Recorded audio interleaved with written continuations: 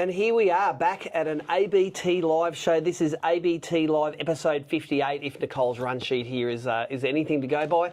Remember, we started this show back in COVID times when we had nothing to do. We couldn't do tournaments, couldn't go to work, couldn't do anything. Next to me here, Damon Olsen from, he's the man behind this launch that you may have seen a little bit about recently, Nomad Design Live Ops. You've dropped them in the US, but now with AFTA you've dropped them in Australia. Damo, thanks for coming down all the way tonight because you're like, what, 60 kilometres north? Yeah, it's a bit of a drive, but hey, happy to come down and talk tackle anytime. Come down to Logan City, mate. That's brave. I'm going to see if you've got all the wheels on your car at the end of tonight.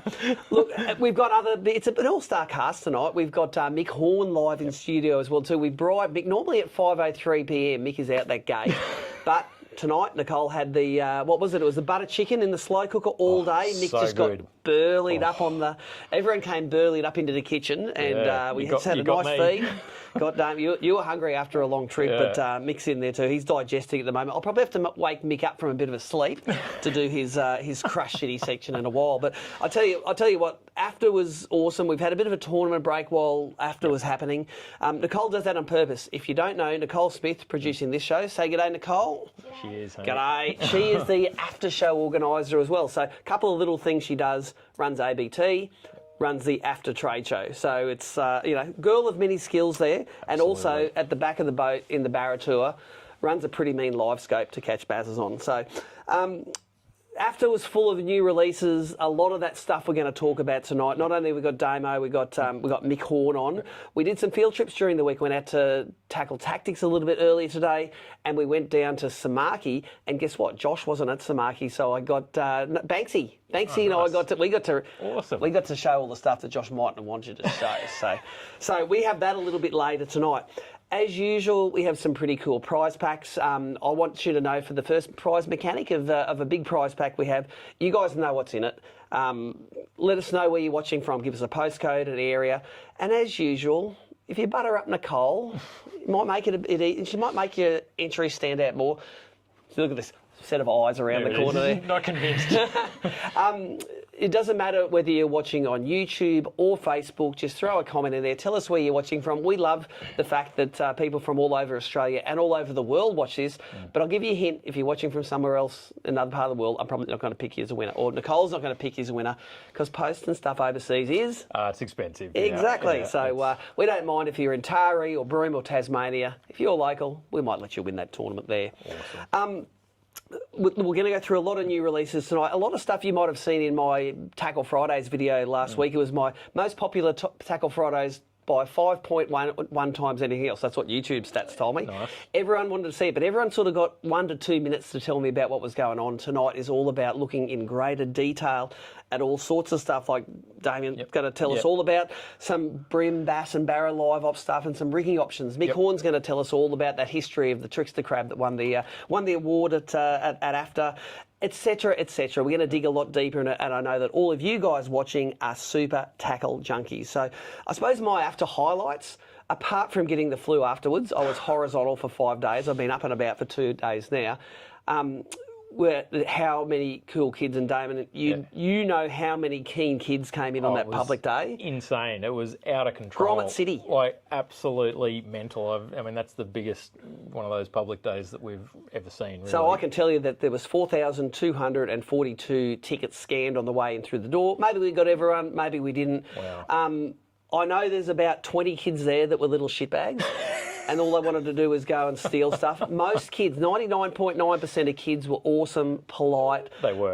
They would ask really smart questions. I reckon they're pretty clued up, these kids. I think the future of fishing is in pretty good hands. It really is. I was super impressed at how many young kids were there that were so keen, so knowledgeable. They came up, they were asking really good questions. Like I said, there was a few that maybe you shouldn't have scanned in, but anyway, the rest of them were great. So it was awesome. Can't wait for next year. So there you go. Oh, look at that. Oh, there you go. Nice. That's one of the many autographs I had to sign. I think I had to sign 2. There was 1 and 2 right there. Some pretty cool bits together. There was a kid there with a skateboard that he had everyone sign. That it was a really good idea. He was running around the deck of a skateboard that he had everyone signing. That was. It's good. And look, there is no better place in Australia anywhere to catch up with as many of your YouTube heroes, social media celebrities. You know. guy, 30-year-old, legends. Yeah. If it doesn't matter if you're a Briggsy or or an old school guy, you can get in touch with them at the show there. Absolutely. And I think the industry did such a great job. You guys did a good job. The Rapalas, the Shimano's, the Daiwas. I had a photo from that Best of Show Awards when the People's Choice was on, and I looked over in the Daiwa corner, and I couldn't see any carpet. There was just people. Impressive. All the way through, like between Daiwa and Malosi and BLA guys there. Everyone seems to be having an activity to do now too, and you got to work for your freebies nowadays. Well, you do. Mind you, someone let the cat out of the bag at our stand that we were trying to get rid of the stock at the end of the day, and the piranhas showed up? Yeah, there was piranhas. We nearly had a wall collapse. It was we needed crowd control, security. Shh, don't tell Nicole about the wall. It's OH&S. It was all good. Yep. We all made it out of there alive. That's right. It's all good. Well, I'll tell you what, we're gonna do a few more things tonight. We're gonna dig into some of the ABT, AOY, some of the events that are coming on. But at the moment, let's take a break. We're going to come back 100% Nomad Live Ops, and Damien's going to take us through some of the juice. Sounds fun. I'll be your beast of burden, an ally in enemy territory, a friend in unfriendly situations. Less than ideal? That's my idea of a good time. Overgrown, nasty, unforgiving, stumps, roots, rocks, angry winds, and mean currents. Throw me in and watch me swim. Mother Nature may be tough. I'm tougher. Lean in, roll up your sleeves, push through to the spots where you can really prove your mettle. Because discomfort isn't a deal breaker. It's just a hurdle between you and hooking in. I'm the kind of motor that'll take you places where chaos is the cost of entry, where the fish are worth the fight, where grit and guts beat glitz and glamour. If you ask me, the bigger the question marks, the better the quest.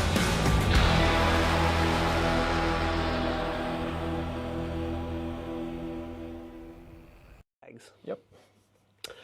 So there you go. We were just having off air there a little bit of a chat about how cool it was at AFTA, and Damien was walking in, and all the kids were going wild, mate. Then you worked out it wasn't you. Yeah, that's right. Yeah, well, it was Brooksy. So anyway, he was getting quite a round of applause and yelling and craziness. But there was so many kids there just going nuts over all of the YouTubers and influencers. It was that's funny, isn't it? Because 20 years ago, it would have been the Rex Hunts and Paul Worstelings and the TV guys would have got that cheer. Yep. Nowadays, the TV guys walk in, no one even notices who they are, and it's the YouTube guys. Yep. Or the social media stars that do it. Yep. And as I said, one of my favourite moments is when you have one of the famous guys walking in, a Sammy Hitsky or something like that. Everyone's going wild, and the next B grade YouTuber walks in with their chest puffed out, and about 4 steps in, they're like, they weren't cheering for me. You just got to be aware of who your audience is. I know what my audience is down here. Yeah. Blokes that are about 40 to 60 years old. There you go. Who don't yell and cheer. No. Nicole's audience behind there. Yeah. Who's men about the same age who are just jealous that she catches so many basses from the back of the boat. Mick Horn, what's your audience, mate? Not too much anymore because I don't really do so much social media. Oh, poor old Mick. Mick, falling off the wagon. I was expecting Mick to say, just guys that are going to still be bloody spots. That's what it is. Because that's what he'd say if he weren't recording here at the moment. Look, let's talk live ops. Live ops was one of the awesome launches at the show. I think you guys put it together nicely. Thanks. And we've seen it launch in the US. You had, I think, varying response to your product in the US. They loved some bits. They didn't understand other bits. Yep. But one of the things I want to mention before we start on the technical side of it is you've got a deal going on. It starts tomorrow at all of the independent retailers. Cole was telling me 98% buy-in between BCFs and independents. Absolutely. If you buy 6 packs of live ops, you get a free bag. Yeah, you get a free bag. Slightly different version of this, the live ops logo on it. But you get something one of to put them in. Yeah, you get a storage bag. So it's like, I think it's a $30-odd bag. So it's a pretty good deal for 6 packets of plastics. You got something to store them in. So So there you go. Hopefully, if your shop's got it right, they've got them in stock waiting for you tomorrow.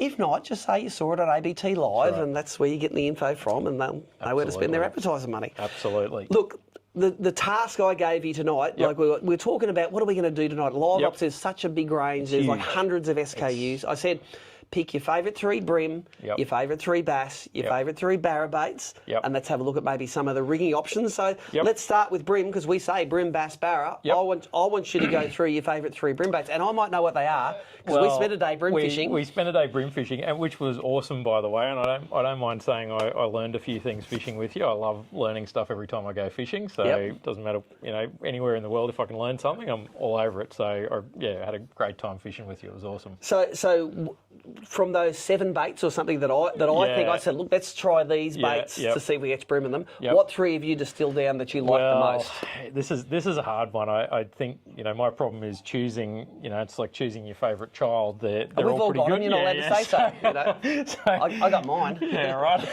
I'm not going They're not watching. It's all good. Yeah, true. I don't either. But look, I think the switcher shrimp's probably the first favourite. I mean, that was one that you mentioned. That's the little guy. So I've got a bigger version there that might be you can see that one. You can see that one pretty easily. Yep. I've got a slightly bigger jig head here because we might end up talking about this one for barra as well. So switcher shrimp, and I can give you the summary of this one. You can rig it front or backwards. That's right. And they like a little twitch, or they just like being slow rolled. Absolutely. So I think the jig head, just the probably the thing I wanted to point out, I guess, was the reverse rigging with the jig head. You can just kind of it's got little channels built into it. You can just rig it very easily with a jig head, and I don't know if I'm probably need to let you do that. No, I can do that. But yeah, there's rigging channels in there. That's right. So the rigging channel, well, you've got a rigging channel in there so that when you go to thread it through, like when I go to thread stuff through, it goes through and then it ends up with half a kink in it and it goes sideways. So you've already got the rigging channel through. I love the fact that when we fish them that there's a little eye for the hook that goes in here, so and it's always centre. It always sits in the centre there. So rig it forward, rig it backwards. I reckon my first experience was for that switcher shrimp was 7 or 8 casts, 3 kilo limit at the Tweed. Yeah, you absolutely. Even though that's on the weekend. Yes, you smashed it. It was interesting actually. You were fishing it forwards. I like them just crawling along the bottom. Yeah. I'm not into the panic No. because I think that scares the bream sometimes, but that's just me. Maybe your bream like it active, or maybe barra like it active, or flatties, or threadies, or. But so you got options anyway. So 100%. that's probably the important thing. Second one is really hard. This one's sort of a bit of a sleeper in the range, I guess. The Radiax. This has just been, and we didn't get to probably. I think we had to play with that on the flats. But that thing in testing, out of all of our, pro team, everyone playing with this thing, they're just like, man, that is the business. I'm catching so many fish on this thing. And everyone's catching fish on the sink. And I think you had us fishing up a canal, I remember, and I think your advice was drop it down next to the pylons and just let it sit on the bottom. And obviously that TPE tail is just kind of like... Lots of appendages there for it. Yeah, it's just a little bit of movement and floaty stuff going on, but you're just leave it sit there, don't move it. Yep. And they'll find it. Yep. And I suppose the best way to describe this is it's a grub, but it's got a slightly deeper body, and again that sort of symmetrical appearance there. So lots of little things for it to wiggle and grab onto. You've got that tiny little disruptor on the tail there, which I think gives it an amazing action. Yeah. And again, only one way to rig this one. There is. Jig it straight through the guts. Pretty simple, that one. So awesome. So that's the Radiax, and that's, look, you might think, they do a similar purpose, the Radiax and the shrimp, but they're a very, very different bait the way they look in the water. That shrimp is it's a very lifelike shrimp. All the appendages wiggle nicely. The Radiax, I think, is a little bit more of a creature bait than a shrimp. It is. I actually call it a creature. We've got it listed on the website as Radiax creature bait. So it's exactly that, a creature. Awesome. With a bit of a curl tail. Number 3. Number 3 is Spectre Minnow. So we started out fishing this guy. I think actually I probably should have put the cue in the rack because I think I caught a fish on that the very first cast, and you said, well, your average is going to go down from here. So you hooked me up at the boat ramp in the right spot. That's right. That was off the boat ramp at Fingal there. Game on. So I guess obviously it's jig head rigging, but the idea there is it's a real finesse, bait. It's PVC, so a lot of the other baits are TPE. This one is PVC with the foil inside it. And the foil is the real feature of this bait. It is, yeah. They look amazing, obviously. They get that little bit of flash, but, just small details, but we made sure the foil was like low enough down in the belly, so when you rig it with a jig head, you're not putting the hook through the foil. You can just rig it normal. You got the hook exposure up the top, but just a finesse paddle tail swim bait, and And I like the fact that they come blister packed, so that they all come out dead straight. So. You know, you peel your bait out, all the rest of the ones are ready to go there. And we caught multiple fish off these baits. You did. Well, I don't think we wrecked one of them. No, we didn't. I can't remember exactly how many fish. I'm going to say you caught at least 3 or 4 on the one bait without any issues. So they're durable enough. They're certainly better than one fish. But obviously we made them PVC, so they're like super soft. Get that tail action that just really slows. You don't want to down. make them too durable, mate. You want to be able to buy some more. You want to sell them some more. You don't want to catch 50 fish on each bait. Come on, mate. You've been around this game long enough. I know. But, so the Spectre, that's interesting. And for me, this is I like the bait, but for me, this is a real finesse bass bait. You know, so if I look at that, I'd probably pick other bait. I definitely would pick the Switcher shrimp. But definitely for me, this is more of an all-round predator bait. But geez, the Bream did like it that morning, didn't they? The Bream did like it. And look, there's so many other baits in the range. You're asking me to pick a couple. There's a jerk squid. There's a little jerk squid. There's double down. There's jerk shads. There's so many other things that we caught a bunch of fish on. The fallout minnow, which we're going to talk about for bass. There's a lot of products in the range. So I tried to behave myself and do 3 plus 3 plus 3 equals 9, but I think 3 plus 3 plus 3 might equal 12 at the moment. So, all right. So well, okay. Let's put the Bream ones away at the moment. So we've got some Bream baits there, and look, if you're looking for a place to start, maybe to put together your 6 packs of live ops minnows, maybe if you're a Bream guy, that might be a good place to start. Good place to start. Let's be a bass guy now and pretend we're a bass guy. What are we going to tie on? Look, I think the first one I did want to talk about was the fallout minnow. So. We've got 3 different ways to rig that here. The fallout minnow features that tungsten weight system, and that's, we can go into a lot of detail there, but we can go to the website and check it out. Essentially, there's internal tungsten weights in there that you can move around to, I guess, control the balance of the bait and the fall rate. And I think one of the key things for me out of the packet is that they come with, I've got a bigger pack here so you can actually see them, but they come with 2 tungsten weights, or depending on the size, the smaller ones have got 3, but you can see that they come in the pack with 2 of these tungsten weights in the pack. So they're already in the bait too, are they? They're already embedded in the bait. So. That's right. So you can basically use the tube. There it is. So that was quite an honour actually. The JD Award for the public. Yes, that was amazing. Quick story on John Dunphy. Love John Dunphy. He gave me a shot. I was 18 and I hit him up. We were doing a Weeper video or a DVD. So I was going to, be making DVDs forever or something. But anyway, I called him up, didn't know who he was from a borough. So I was some, random kid basically.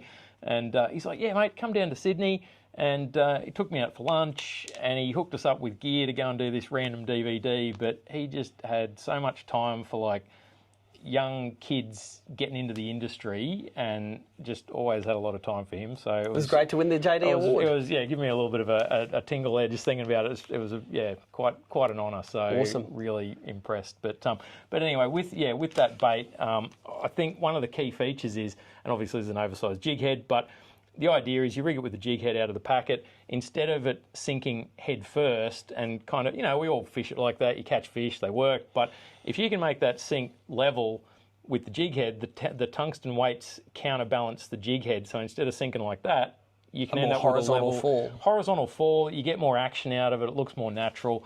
And then obviously you can fish it like this. That is probably my favourite way to fish. You like an exposed hook with a rebarb on it? I do. I do like that. And the beauty of that is it gives you a smaller profile. So that's a 3.5-inch bait, but obviously when you fish it without a jig head, so you can load that up with the tungsten weights and you're going to be looking at something that's around 8 to 9 grams fully loaded. You don't need... Without the extra bit of jig head. Well, that's the thing. So, it says 3.5 inches, but you go and get a normal, 2 3/4 or 3-inch plastic, put a jig head on the front, all of a sudden you've got a longer profile. So it's a shorter profile, it's a more natural profile, you get a more natural sink out of it.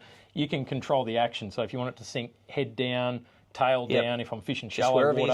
How many slots are there? 7? Well, it depends on the size. So that one's got 5, the next size up's got 6, and then the biggest size has got 7 slots. So depending on where you put the balls is the way it's going to sink. So. And we've got refill packs, so you can, they come with some of the tungsten weights in the pack. You can buy refill packs with the tube, so you're not going to run out of that. But it's a really fun way to fish because you can get so much action out of them. I mean, we use this smaller size on that day we were out bream fishing. Well, we used it actually like this on a. I rigged it like this, and I did have the balls so that it fell horizontally. I feel that weightless fishing, if you want it to sit horizontally, it's one, it's snag proof, but two, it gives you the most ability to see the fish eating, and that's why we're doing it. We want to watch them eat it. So, really cool. So yeah, it was cool. And look, I think anything from bream to mangrove fishing for barra, those things are going to be the bigger sizes for barra, absolutely deadly. Jacks, all that sort of stuff, super fun to fish in the snags. But yeah, just the customisation. It's a really I just have really enjoyed fishing those personally because they're just fun and you can make them do different things in the water, and they're it's really always cool going to be bait. Interesting for me whether Australians take on such a technical bait. Yes. So this is as technical as you're going to have a bait in your tackle box, especially for the average BCF customer. Absolutely. So if these things kick goals, I'll be like, great work, Aussies. We're smarter than I think we are. Well, and look, that is why we rigged them with the two weights in the Already bait in. to start with. Yeah, So the idea is, look, if you don't want to get technical, you just put a jig head on the front. You can fish a lighter jig head. You don't have to get technical. If you want to go crazy and rig it and do all the fancy stuff, you can do that too. So anyway, Awesome. That's the theory. Well, there you go. There's your number one bass bait. What's the number two bass bait you've got here? Look, I think the dozer. Little It's pretty hard. I mean, look, this is such an all rounder.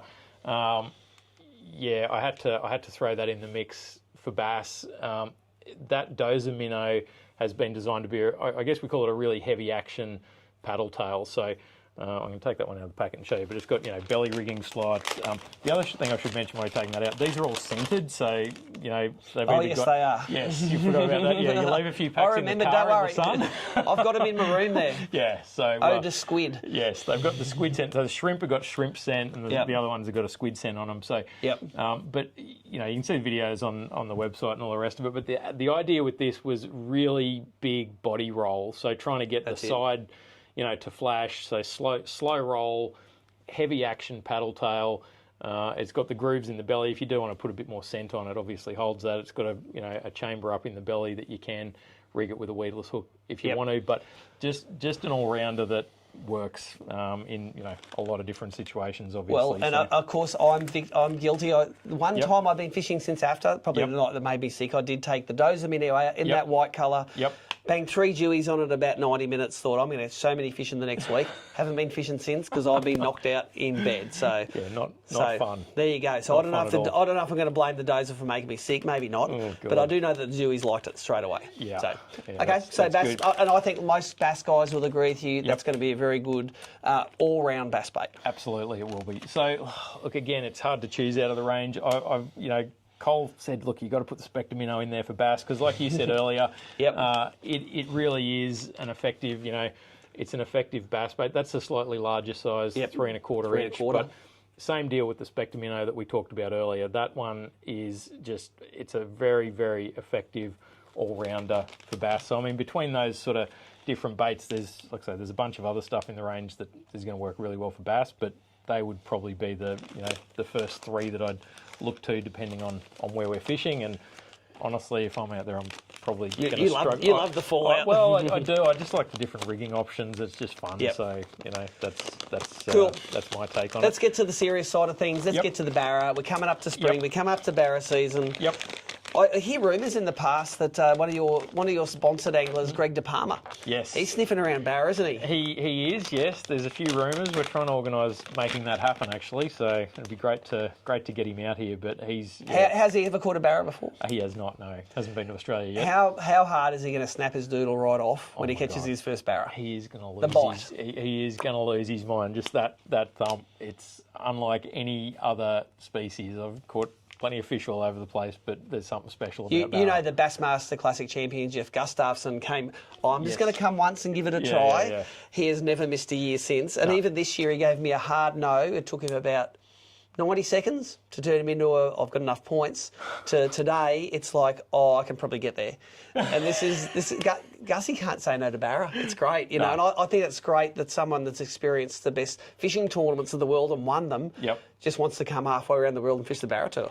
Yeah, they're such a cool fish. I mean, I love them. Look, I've fished, I've done a lot of blue water stuff, but I grew up catching barra as a kid. I got a super soft spot. Jack's barra, snags. You've probably caught impoundments. more uneducated barra than all of us in this room put together. Yeah, I've fished in some pretty good spots up north for uneducated barra. But the fun part about the impoundments is, I guess for me, getting into live scope fishing, being able to see them from a lure perspective, I'm like totally addicted. I just love it because it's a whole different perspective. What do they like? What don't they like? What reactions? What retrieves? You can learn so much so quickly. And to me, it's like it's sight fishing, like any sort of sight fishing. I mean, we were talking about sight fishing at dark, fly fishing before we started doing this, and anything where you can see the fish take the bait, I'm in.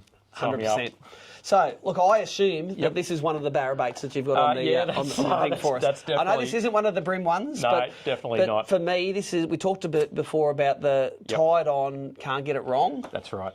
That's what this is all about. So, Tell us about it. You can crack that one out of the box if you need okay. to. But I'll leave it in there. No, well, that's fine. So, look, the rigging system on that, I'm just trying to find where I've got a bag of these things over here somewhere with a larger version of it that I can show you the rigging system. So, the hook on the top actually comes out. So this is just one of the clear body samples. But the key to this system is that, there's two parts to it. So I actually put a little post up here, which I've got the clear one that you can see. Yes. So that actually holds the top hook from going too far. So you get a little bit of movement, but the hook's not going to fold over onto the body. So it kind of locks it in there and it keeps it centered so you get the right action to it. But the idea with this was to try and make a shape where you could get that barra body roll flash. You really got to get the body roll, but making sure you can get that with, there's a lot of jewellery hanging off that, obviously. The tail's slightly oversized, a little bit of a thicker tail wrist. There is actually a lot going on here. There's a chamber in here that you can actually put those tungsten balls in. You could also put scent in there. I didn't know that was in there. No, that's why I grabbed the clear one. So it's sort of multi-purpose. So you can actually put a little bit of extra weight in there if you want it to sink faster. You can also put scent in it. We knew we were doing the tungsten system for some of the other options. But that hook coming out at the top, that's probably one of the key features about this. And breaks the away. Same system. So you can put that back in and clip it on, and the idea is you just put the eyelet of the hook over that post, and then it stops back it from, in. you're good to go.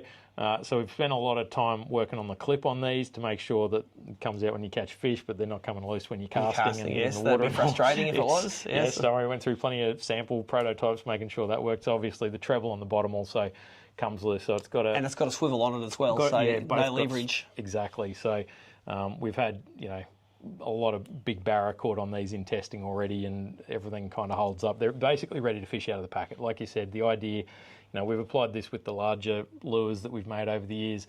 Concept for me is make sure it's ready to fish out of the packet. If you're going to put hooks on it, you're going to put rigging on it, make sure it's up to the job. And these are designed for barra. So I think they're ready to go, and I think there is.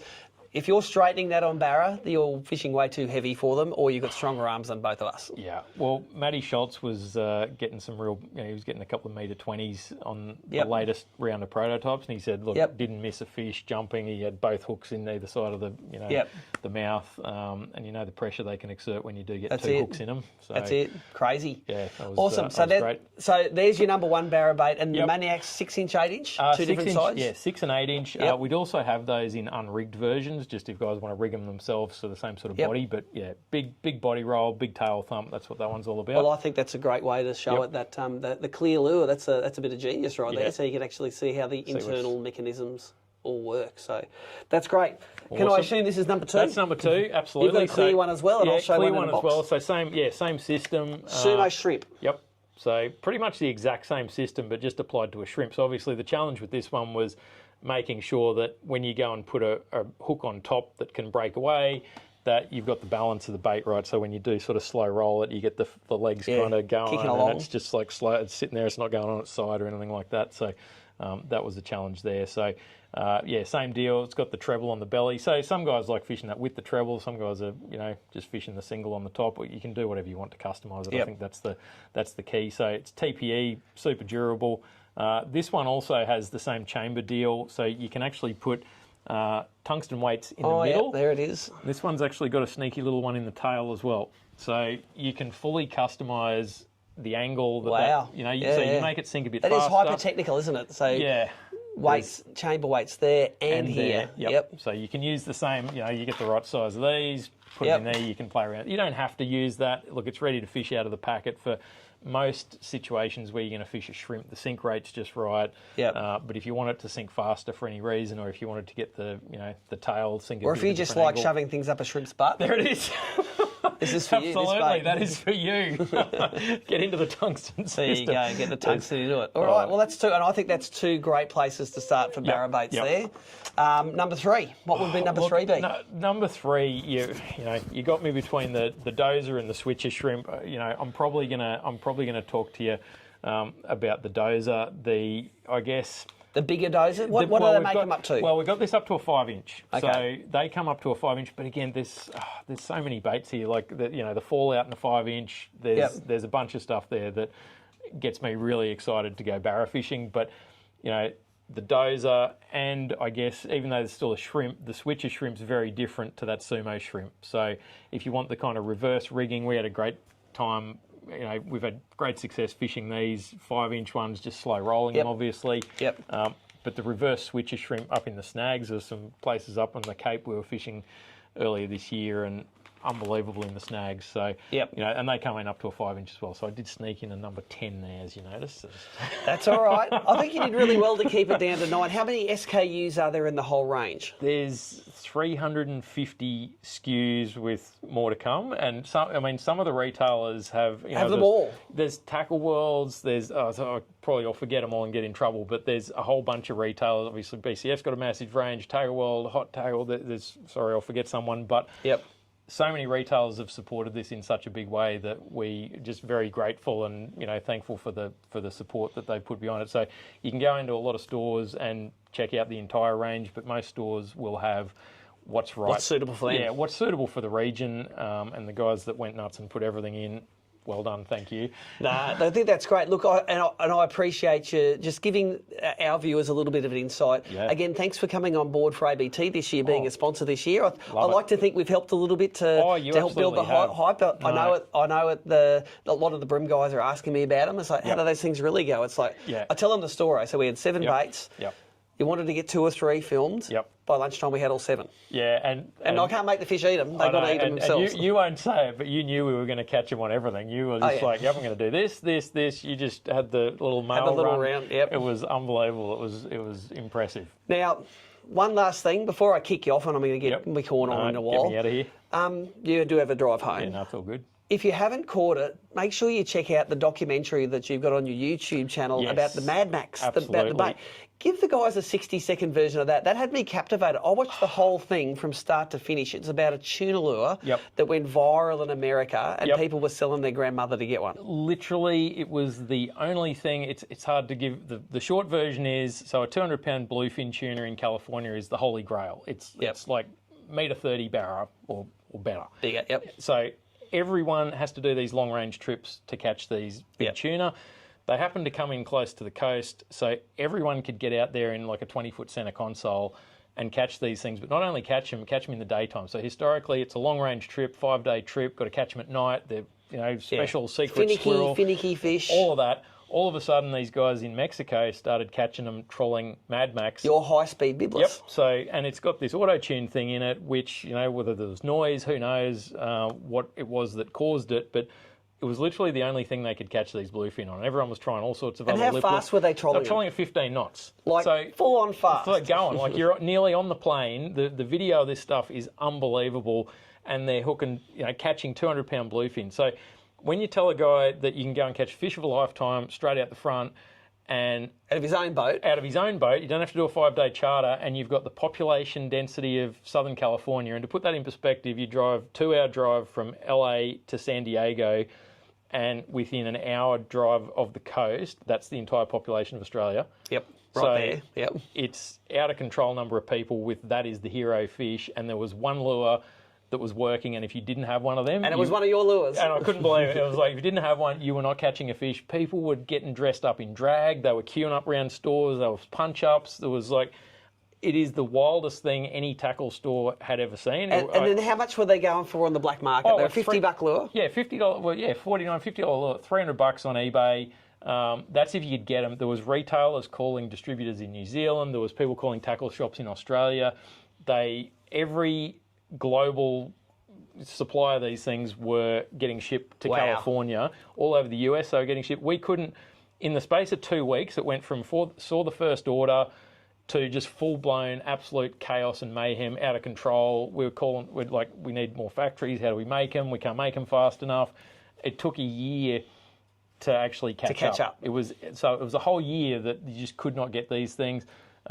It was unbelievable. And the guys who were, there was guys getting these things and selling them on the black market, and they were making enemies everywhere. It was like a full-on fishing soap opera. So, I loved it. If you get, it's on your Nomad it's on Design Tackle. the Nomad Design on the Odyssey YouTube channel, so you can go check it out. It's a really good watch. It's just a bit of fun. I loved it. Yeah, it was awesome. Thanks. Mate, thanks for coming in tonight. Awesome. Good to see you. I'm going to let you clean up all your stuff. We're going Yep. to drop to some ads and come back with the magic of Mick Horn very soon. Awesome. David. Thanks, mate.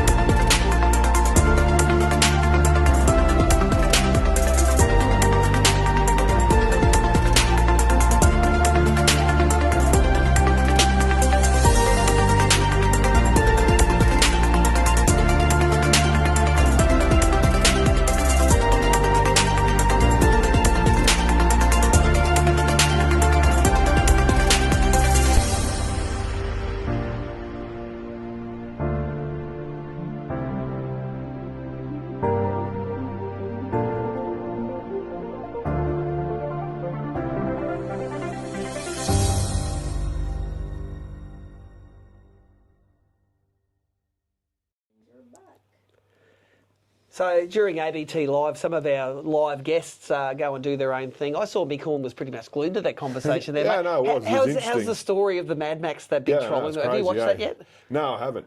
I have to go and have a look because, obviously for Damon, that's an awesome thing for a Great lure advertising, brand. isn't it? Yeah, Yeah, 100%. a viral lure that people Yeah. are going to kill their grandmother to Yeah. get, or trade their grandmother in at least. Probably worth more alive than dead, Nana. Mick, we got a lot going on in Rapala. You guys absolutely crushed it at the AFTA show. Tell us about all the awards you won. Yeah, no, it was pretty good. And, obviously, Crush City every year has been a really good release for us. We obviously spend a lot of time each year developing the next range of product. Probably the cool thing for us is, as you said, like the awards, no one's ever won 3 years in a row for a soft plastic lure. So for us to get 3 in a row, that's pretty cool. It'd be hard to beat, isn't it? Oh, yeah, and obviously you don't make a product to win a prize, but it's pretty cool from us as a brand's point of view that the stuff that we're making, and obviously the retailers like it, and obviously the consumers are liking it as well. So yeah, it's pretty cool. We have the next round we're going to be packing for it tomorrow. We're going to start packing for it. Is the Crush City round of the Daiwa BREAM series at Tweed Heads. Yep. We had a little bit of a conversation the other day. Said, Mick Horn, you designed the bait. Yep. This is the Trickster we're going to talk Yep. about. Won the award at AFTA. Yep. We're going to a river where you've won. I finally found it. There we go. There it is. Oh, here we go. Nicole's been looking for this picture here. Is that the first, second, or third one? I think it's the first one. That's the best first soft one. lure, yeah. The best soft lure award. So it's won that award. Yep. We're going to an arena where you were either the first or the second person, I think, to win at Tweed Heads I in think the it big was the ABT. first one, yeah. So it's your product that you designed. It's on the river that you love. It's the sponsor Karma round. It's the Rapala Crush City round. Mate, you've got everything to lose here. Yeah, Like, you've got to be favourites to win it. Oh, look, it's, at the end of the day, to me, it's just fishing. Like, I'm not going to put any pressure on myself. I'm going to put the pressure on you. Don't Oh, worry. yeah, and that's all good. Like, if I could go there and win it on, obviously that lure or even one of the products, cool. But I'm not going to put pressure on myself. If it's meant to be, it's meant to be, and I'll obviously try my hardest to obviously take the win away. And if I don't, so be it.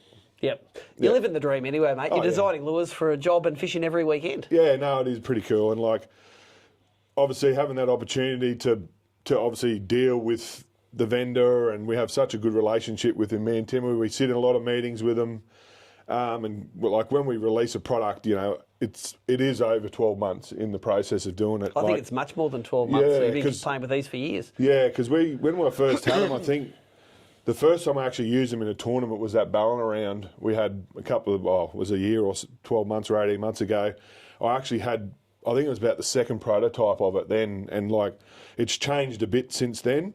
But that whole tournament, I pretty much fished them on that reef in front of a Ramada, and then, I was in the house. I was in the house with you, and you seen how many hours I spent every night rigging, trying to work out a way to rig it properly, and a top 10 finish back then with them, and then had a pretty good second day at the Clarence, and fished pretty much solely on the second day, and got the biggest bag on the second day on them. So tell us about it. What's it called? So the Trickster, 1.5 inch crab. Obviously, when we got the prototype samples originally, there was a lot of things we changed, and over time we got different samples. Different versions. But one of the key things was we wanted the bait being made of like super TPE material that obviously floats.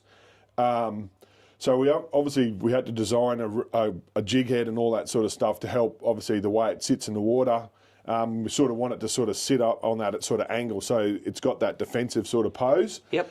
So that was one of the key features, and as with most of our Crush City baits, we have what we want is like a secondary action. So not only does it do that, all the legs we change the legs through the different prototypes to get the legs to actually swim on the drop. On a slow roll, it's got like a really natural sort of prawn swimming action. So as you'll see on the legs close up, they actually have like flat faces, and they're faced a certain way. So on the drop, as you see, those bottom legs will catch water, and these will start swimming. Yeah, so it'll swim on the drop, and also as you start winding forward, the front sides of them obviously have that flat area as well. So it'll actually swim on a slow roll back, because sometimes when you finished your retrieve sort of thing, you'll start slow rolling it back off the bottom, and nearly 3/4 of the way to the top, a fish will come and eat it sort of halfway up. So it's not just the bottom lure. Yeah, so it's actually got the action, as I said, that secondary action on that movement sort of thing. So now, the soft plastic bait's one thing, and I'm pretty sure you got the design of that one right. Yeah. But there are two other parts to the rigging system, and I want you to take our keen bream guys through how you actually do it. Yeah, so we work with VMC, all us guys in the office. We sort of sat down and we wanted to obviously get a jig head to suit the lure. Yep. So we come out with a range of jig heads called the Rizar jig heads. They're still probably about a month away from the shops. We're hoping we're going to have them in time for AFTA, but obviously things happen. But eventually they're going to be available in the shops, and what they basically are is they're sort of like they've got about a 45, 60 degree angle on the bottom of them, so it makes the crab stand up off the bottom. So at the moment we've only got 4 sizes. We've got a 1/16 through to a 1/6. But as you can see, they're all sort of perfectly shaped to the back of the crab. So each one of those weights, it'll get the crab. It'll actually make it sit on the bottom. So that's the number one thing we had with it. It's got dual keepers on it, so it's pretty hard to see. But obviously, when you rig it's got two wire pins. So the bottom wire will actually, if you could get it up really closely, it actually pins around the back of the bottom of the bottom of the lure, so it'll sort of hold it in place. And then the second one's sort of inside the body to help it sort of, you obviously force that TPE material down on it to sort of help it. You can see them pretty much there on the shot, I think so. So that was so obviously you can fish it with a standard jig head, but from a tournament point of view, and just from me personally, I like running like stinger systems even on my jerks, my crabs. When I fish a tournament, I always run a stinger. Want a stinger, I just don't want to miss like crucial bites. So we've designed a stinger system to go, which is fairly user friendly. It's actually got a clip on it, so that's why we call it the Rapid Assist. It's got that tech set snap on it, so all you need to do is feed it through your jig head hook, through the eye hook, and basically you can run that braid. We've actually got it made on 20-pound Suffix 832 because obviously it's great abrasion resistant. The best leader there is. Or best braid. So we've made it on that. I've got a little thing that I also do because I'm a bit anal with stuff like that. I actually feed the assist through a little bit of the body first before I put it in through the claw, so it makes it nice and neat, keeps the braid away from the main hook. And well, these hooks have actually got the assist in them, and it might be difficult to see, but you can actually see that little tiny single in the front bit of the claw. So when they do stand up on that defensive pose, especially for bream, they come down and they'll pick at those claws first, and they'll nine times out of 10 they'll get those little tiny singles in their mouth. And even though there's a fair few hooks hanging off, it is quite good in snaggy areas. Because the way the material sits up on the bottom as you drag it, because it's not really a hopping technique or anything like that. It's more just a dragging technique, and probably the biggest thing is just understanding is line recovery sort of thing. So sort of keep up with it as it's coming basically down. As it's hitting the rocks, the material will just make it sort of fold over, but then it'll keep standing up. So the hooks are sort of staying away from the snag. That's right. You will get some snag, but you have snagged it in the past. Yeah, through testing and all that, you know, I fish a lot of that reefy sort of areas, and they do go through it pretty well. Pretty four-wheel drive. Yeah. I think it's a great little system. What's the deal? Everyone in the tournament gets a packet of Tricksters, Yeah, don't they? so everyone who's fishing the tournament, non-baiters, non-baiter, I'm going to bring the full range of the Trickster colours and a full range of the new 2.5-inch imposter colours, and everyone gets to pick a bag of Tricksters, bag of the imposters, and I'm also going to give some our VMC Grip R jig heads. So the Grip R jig heads are going to be well suited for the imposter or our jerks and all that kind of stuff. So it'll be something like one of these. Yeah, so everyone who fishes a tournament, you're all going to get one of them in the kit, and you can get out on the tournament and obviously catch the winning bag on Crush City. Well, it's sponsor karma, mate. That's the word for it. If 100%. You use the sponsor gear, then you're going to... But let's talk about these. The Imposter was a big hit a couple of years ago when you brought it out. And as a bream fisherman, I always go, geez, I'd love one a little bit smaller. Yeah. Got what I wanted. Yeah, 2.5 inch. So obviously, again, we had samples of these for quite a while. We sort of had, with the previous two sizes, there was a couple of little things we did change, but when we actually you just shrink the lure down or you increase the size of the lure, there's small like nuances you change in the size of the body and all that kind of stuff. Yeah, it's not just a proportional shrink. No, it's not. So that little 2.5 inch has been deadly. Timmy, that's his favourite out of the new ones. I remember when we had the first sort of samples, he went down the jumping pin, I think it was last year, just sort of after spawn, and I think he caught I think it was like 30 fish on the one lure. He actually changed the jig head, I think, like 4 times or something on the one lure. Did well. Same as all the other suspects, it's got all those little appendages, got as I said, those... Same as other imposters. Oh, sorry. It's got that little scoop tail on it. It's quite a little... That smaller presentation is just well suited for obviously the bream guys. And I think in the Tweed, like it's an arena, it's got a bit of rock, got a bit of sand, got a bit of weed. Between those two baits, you can sort of fish everything in the Tweed. 100%. And like most of my pre-fishing, I have been that's the two baits that I'll be probably have tied on mostly this tournament. Yep. It's good. It's interesting. Of course, it's the last qualifying round. We're going to set the grand final after this. I don't think have you done enough to make the grand final? No, I've only done a couple of rounds this year. It'll be 3, so you might fall a bit short. What's the chance? What was the chance you're going to get a ticket to drive to Victoria anyway? Oh, the only way I can do it is win the Tweed, I think. Is it? Don't know. Is that the only way I could do it? Maybe. I don't know. But I'm not putting that much pressure on myself.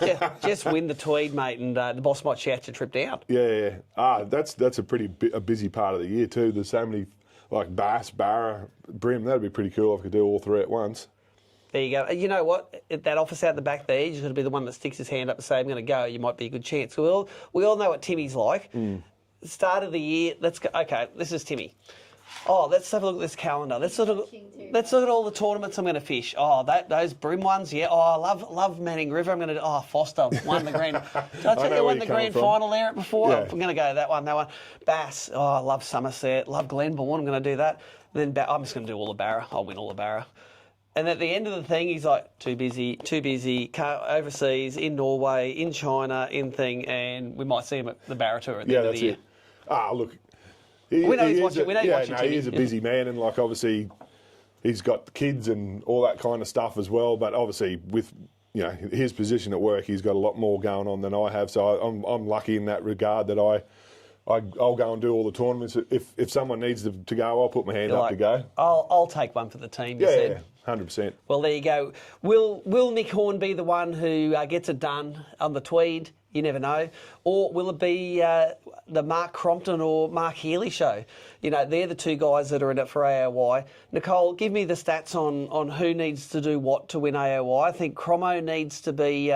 Cromo needs like a first or a second or a third. Third or better, and Healy 8th or worse. And Mark Healy needs an 8th or worse.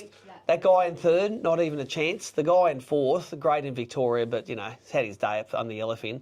And look at that, 5th at the moment, AOY, Mitchell Blomqvist. Look at all the Vickies in that top 10. They travelled really well. I've stopped calling them non-travellers now because Vickies travel everywhere and catch them.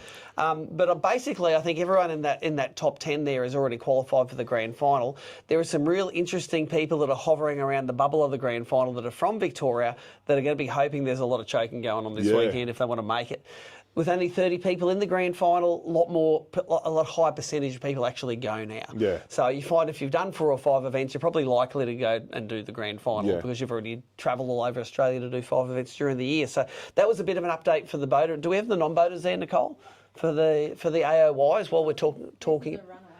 We talked about this last time. That's Nathan Booth. What can he do? He can sit at the start line throwing rocks at everyone in the boats and still win AOY.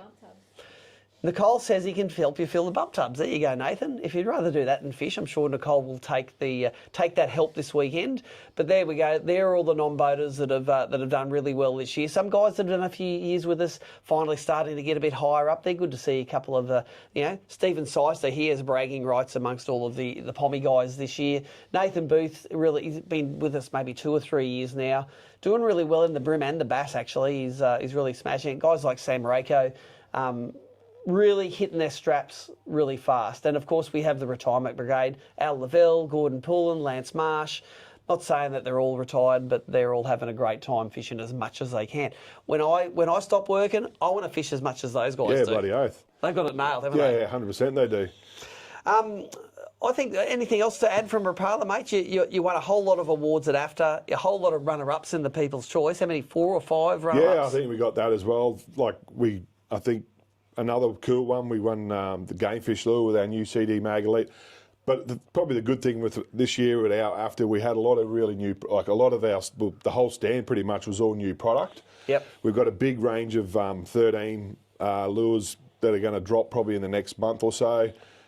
Mitchie's going to show us a few of them, I think, a little bit later in the show. And we've also, with some of the new Rapala lures, which there's some pretty cool, top water lures and stuff coming from some that Jacob Wheeler designed that are going to come later in the year. So like the claptail? Yeah. Yep. So not only have we just obviously dropped Crush City, we've got some cool product coming in the next month or two that you're going to start seeing for obviously BREAM and Bass and Barra guys. So So the Crush City stuff's all in shops now? Yeah. So that was one of the things when we first released Crush City the first year. Probably one of the key features was pretty much having stock available, ready to go. If we dropped it, you could buy it. Yeah, so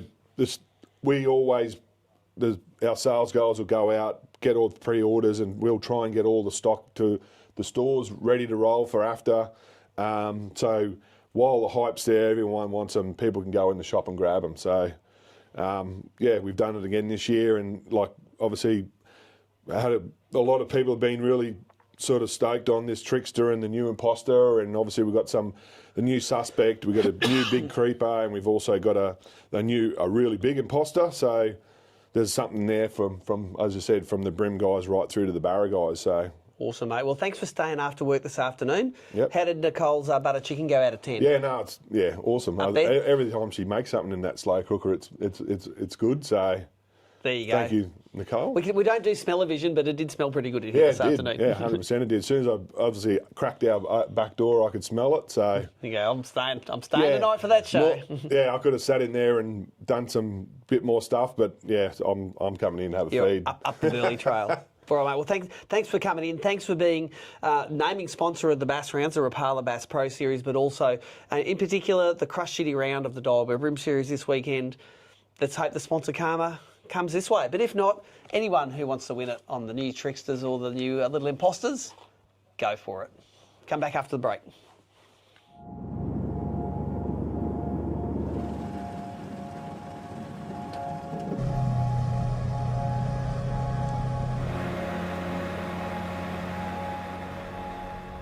We know they're out there, and we know we need to find them. We target them for different reasons, but when the line tightens, we all feel the same. We feel alive. The water moves around us, and the world feels far away. We are here. We are fishing. It is a search, not just for fish, but for all things most important. For family and friends, for tradition and tranquility, for conservation and competition. All of us find what we are looking for. Yet we continue searching. We cast, and as the lure soars, our hopes soar with it. This will be the one. They tell us insanity is doing the same thing over and expecting different results. But we are not insane. The fish are still out there, and we are fishermen. We have been since we were young, and will be until we can do no more. And then, when the ice begins to freeze within us, we will make time for one more cast.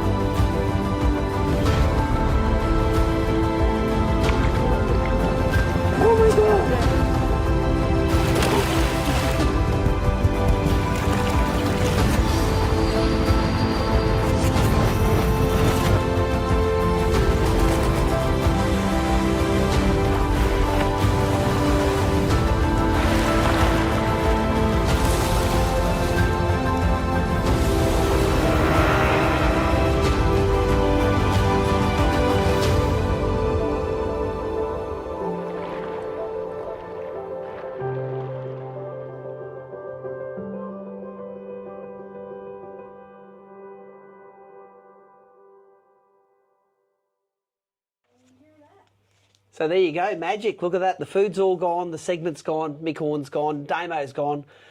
Back down to us, Nicole, holding the ship till the end. But we have some great pre-recorded content actually that we went tripping this week. We went to the Gold Coast. We saw Samaki. We went up north. We saw the guys from the guys from Tackle Tactics, and we have all of that content. We also have Bit of local content. Mitch Petty from Rapala joined us, and even though he's sort of swapped allegiances now, he's a Wyaralong guy, not a Somerset Wivenhoe guy. He's giving us a few tips of getting started at those lakes, or if some guys are going to come up or want to try those as their first tournament.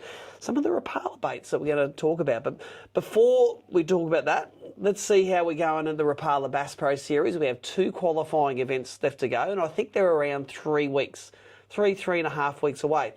It's the decoy round at Lake Somerset, and it's the Z-Man or TT round at Lake Wivenhoe.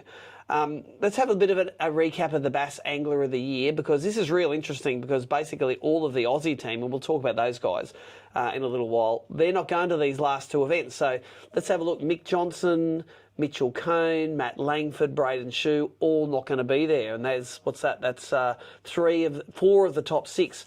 Ben Hayes won 2 events. He just needs one good event, I reckon, either at Somerset or Wivenhoe, and he will soot it home for the Bass Boater Angler of the Year.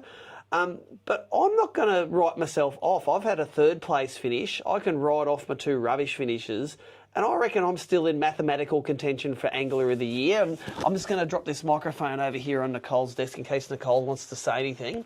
Nicole, tell me, am I dreaming that I've got a mathematical chance of Bass Angler of the Year? If you want to call yourself a bass guy, I say dream big. That's what I reckon. It's only 3. We knew those guys were going to be away for a few of the qualifiers, so we dropped 1 qualifying round from the Bass Series this year. We dropped 1 round from AOY. So it was your best 4 last year. It was your best 3 this year. Those guys are going to be overseas. I see it as an opportunity for all us underlings to do better. And if snatching AOY is something that we do while they're away, I say go for it. If you want to win Bass Angler of the Year, don't go to South Africa. Stay in Queensland, where there's some great Australian bass fishing. You can do that. What do you reckon about that, Nicole? Is that a bit harsh? It's your show, Steve. Go for it. It's our show. Come on. So when we had a look at the AOY, we had a look at the boaters there. Remind me of the non-boaters. I want to see who's... It's tight in the non-boaters. Look at that. Yeah, anyone's game. 278, 278, 279, 279, 280. If Ryan Vandenberg, Ryan Bollard, Jason Patterson, Damien Winters and Barry Reynolds decide not to go to those 2 rounds, got rocks in their head, because they are not going to win Angler of the Year. So one of those 5, I reckon, is going to be the one that takes it out, and 100% it will come down to that last event at Lake Wivenhoe. Might come down to a draw, might come down to a fish, might come down to something. But Nicole, have we seen an Angler of the Year race that tight in non-boaters for anything in the last 5 years? Not that I can recall. So No. I'm just having a look to see who's entered into... I hope all 5 of those guys are entered, because they have all got a red-hot chance of doing it. Now, before we break down the final rounds a little bit more, let's have a little chat about the Aussie team guys, the Team Australia. Of course, last year they did so well over in Italy, though they are and all that. If there was collector cards, that's exactly... Look at Chris Hickson swinging some big bass, Mick Johnson catching the giants. Cody's got 3. He's only got 2 hands, but he's holding 3. Braden Shue, of course, his long arms hold those things about 5 foot out in front of him. Matthew Langford wearing his buck and bass, and there's Tommy Wood with the Escargot. That would be on Tommy's collector card, I reckon. Tommy going, am I going to eat this snail? Do you reckon he ate that snail, Nicole? 100%. 100% he had a go. Good on you, Tommy. Couple of things. Firstly, well done, Tommy. You did awesome over at... you've made the EQ series at the end of the year in your first crack at the Bass Open, so awesome at that. But these guys have a fundraiser going at the moment where you can win... Well, you can bid for and win a day's fishing with any of these 5 guys. And at the moment, it's costing you between, say, $800 and $1,200. That's the winning bid for each of those guys. But if you want to go fishing 1-on-1, or in fact 2-on-1, is it you and your mate? I'm pretty sure you'd be able to take your mate along, take your wife, take your best buddy, take your fishing buddy, take your dog. All of that money that these guys raise of auctioning this off for a day's fishing gets put towards their trip. But they are also going to be running their big raffle like they ran last year as well. So if you're not in the position to bid $900, $800, $1,200 to go fishing with these guys, you can go and buy one of their raffle tickets. Now, this is where you go to. You go to their Facebook page, the Team Australia Bass World Championships page. Each of these auctions has its own separate listing, doesn't it, Nicole? Its own post. Yeah, all the instructions are there, but you got to pick the guy that you want to go fishing with, and you make a comment under that post. There you go, and you throw a bit on that way. Chris Hickson tells me that in a few weeks' time that the raffle will start off. So if you only want to contribute $5 or $10, buy a raffle ticket. They had some sensational prizes last year from full live scope systems, Daiwa tackle, Samaki rods and reels. They had literally everything there, and I bought $500 worth of tickets and I won absolutely nothing. But I consider that a very classy donation to the Australian team. Nicole, how many tickets are you going to buy this year? One more than Cromo, because he won the Garmin last year. Cromo, you did win the Garmin last year, and as a Lawrence guy, there's something about crossing the beams there. What was going on? No karma involved anywhere. Anyway, Cromo, thank you for buying tickets. All of the guys that won prizes, thank you for buying tickets. These guys, I know it's self-inflicted and they want to go, but it is expensive, and the more that we can help them live vicariously through our donations will help those guys get to South Africa. Nicole, you had something to say? Yeah, poking your head around the production thing there. Let's go to a quick ad. We're going to come back with Mitchell Petty on his ideas about what's going to happen in Somerset and Ivanhoe in just a few weeks' time.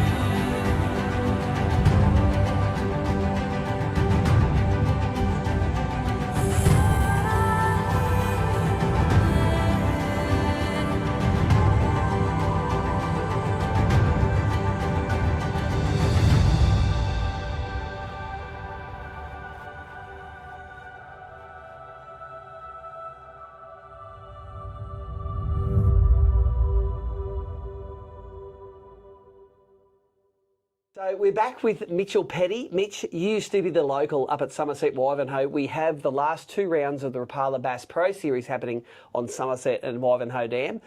But you're not the local expert anymore, mate. You have moved to be a Southsider. Well done on being a Southsider, by the way. Warralong's your local. Where do you live now? Yeah, so Bow Desert. So I moved there this year. So I've been there for about nearly 6 months now. So, but no, a bit further away than Ivanhoe and Somerset that I used to be, which it is what it is. But no, really keen and excited to fish Warralong a lot more. Well, I think you're moving from an area which has got a load of big bass to another lake which has got a load of big bass. so it might not be much of a change for you. One of the things with ABT, of course, is the sponsor karma thing. And the thing I've noticed with, used to be 13 Fishing, but now Rapala involved as a naming sponsor of the Bass Pro Series is you can nearly go in and everything you want to have tied on for the weekend can be Rapala or associated brands now. Exactly. So what I thought would be a good idea, especially for the guys that are coming up from interstate, is what would Mitch Petty pack from the Rapala range into his boat so that he would have the best chance of catching the fish he needed to win those local events. And not that Mitch has won local events. We've lent on him before to give us the winning baits, and he hasn't maybe not come through. I know. But he has got... Other people have used the same baits to great success. For instance, at the moment, there's a Rapala jerkbait. I think one that you're out of stock. We don't even have one. Don't even have one here. That the guys are whacking them on at the moment, and every so often it changes. Like last year, I remember biggest bass in ABT history. Snubby, make sure I grab that from the showroom. That's the little heavy hitter.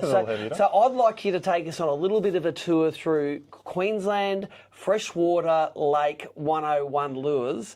And tell me what I need for these 2 events. Right. So I've pretty much done a bit of a group of lures that, this time of year, sort of around that August sort of time, it's sort of funny. It's sort of really reliant on weather, because if the weather, depending, it might keep them up shallow, but then if it gets a little bit warmer and stuff, it might push them out, deeper, starting to school up. And then break that down.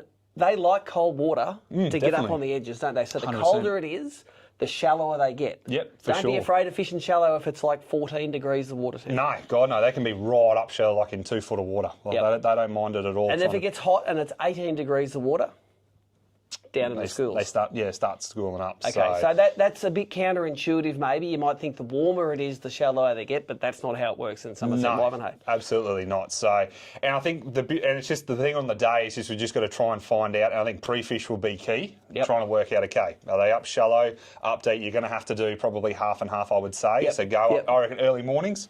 Try your edges, try your crankbaits. So probably one of my favourite crankbaits is the DT. So dives too. So we've actually got 4 in the range now. So we've got new little DT4. So that's going to be awesome if they are pushed right up shallow, on those sort of rocks or weed edges or on, laying down trees. DT4. Then you've got the DT8. So just that 4 foot deeper, a little bit bigger body. So just in case if they are a little bit deeper, or if they are starting to transition throughout the day, going on that bit of deeper ledges or stuff like that, that DT8 works really, really effective. Probably a favourite of mine that I'm really excited about is the DT12. Being that 12-foot crankbait, it is so good to get to that 4 metre, 12-foot range, when you're fishing those isolated stumps or, rock piles and stuff like that, or you just want to get a bit deeper on those rockier edges, that DT12 is going to be the gun. So super excited to release that this year. That's a worldwide release too on the DT12 range. So I think that one and that one, they're both brand newies, aren't they? So you're basically filling up the gaps. You do some great top waters. You do the 20. I love the 20. I have caught so many 50 centimetre bass on that DT20. It's not funny. But you're filling up the gaps there. So what you're saying is, firstly, a good assortment of the various depth Rapala crankbaits is going to hit whatever. And just going on what you're saying about the crankbaits as well too. So we've got the Jabberjaw crankbait there. So hybrid between your crankbait and your traditional chatterbait. So it's got the bill there that sort of chatters from side to side with the metal cheeks. So there's no rattle and everything on that one. So that's something typically I will throw that a little bit more in warmer water. But if the water does start to warm up a little bit, I'll definitely be throwing the Jabberjaw. And then the Cliffbanger, which is our new 13 fishing crankbait. So typically, I'll sort of like to run something like that. You can see it's quite translucent, which is good in quite clear water. So if particularly in pressured systems, if they're seeing a lot of crankbaits coming through that are solid, whether it be timber or plastic solid finishes, I like to throw in a translucent finish. It just seems to get those pressured fish to sort of commit to the crankbaits. Well, and that's not right off 13 fishing crankbaits, because earlier in the year, Ben Hay either won or came second. I think he won an event on the Gordito. The little smaller crankbait, 100%. Available at BCF, cheapest one you do in your whole range. 100%.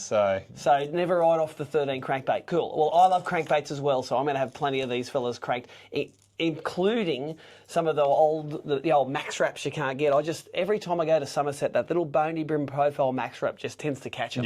Don't know why, they just love it and they come and they eat it. So I'm going to have some of them packed as well. You probably can't get them because I still got 3 left from the old days. One little advantage on it. So no, I love crankbaiting. It's such a great way to cover water, deflecting off all that cover. It just seems to trigger those fish, particularly resident fish. If you've got resident fish sitting on your laydowns and stuff, it's a key. Like that big bass I got a few years ago on that exact DT8. It just deflected off that laydown and she come up and cracked it. So, which I think a lot of other sort of lures, I think probably would have missed it. Yep, they might have got snagged. Well, that's true.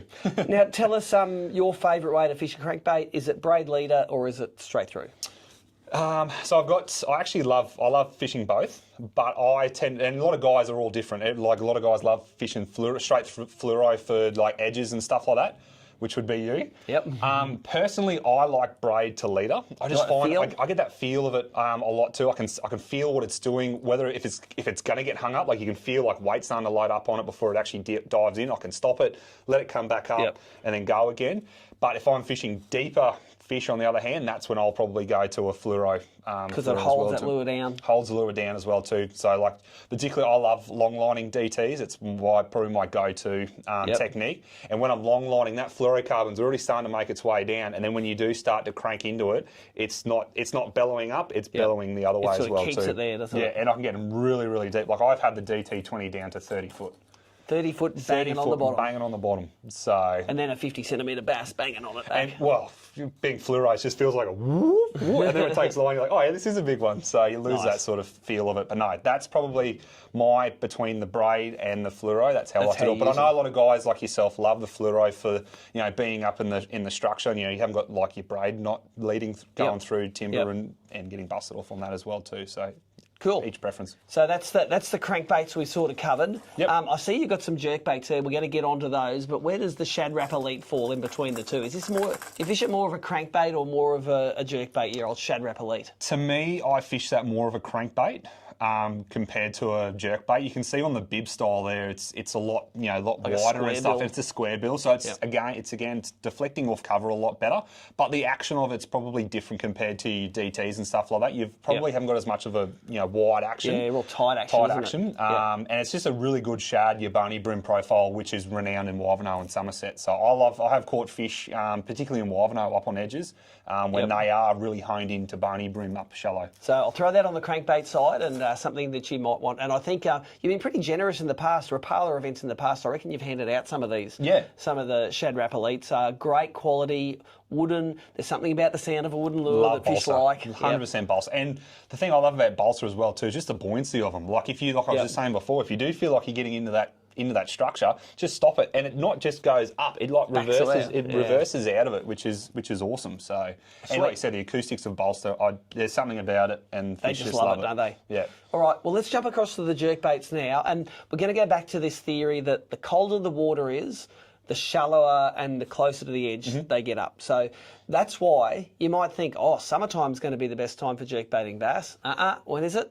Winter. Right now. Right now, when that water's cold, those fish are up there. So take us through some of your favourite jerkbaits. Okay, well, probably my favourite one I haven't got here. Is it this showroom? size? But it is. So it's practically, so I've done a comparison. So that's your X-Wrap 8. That's your traditional 8. But we do that in a deep as well too. Yeah. So this is the 10 deep, but we practically do that in the 8 as well too. So that one in that version is your one. What colour? With that bead. So that's hot steel. So to me, hot steel and clown, probably our two brightest colours. Yep. I really tend to sort of go to. But we've got as well too your silver and your olive green for your natural sort of presentations as well too that still work just as well. The colours, I think it doesn't, it's funny, it doesn't really make much of a difference what colour you use. It just has to be in the right part of the dam, right cadence, right area. Yeah, exactly. So, but the beauty about it, you've got the natural presentation, because sometimes they are honed in on more natural presentations. Because I'm being up there in Wivenhoe and Somerset, they're not afraid to have a crack at garfish. I reckon that's why they're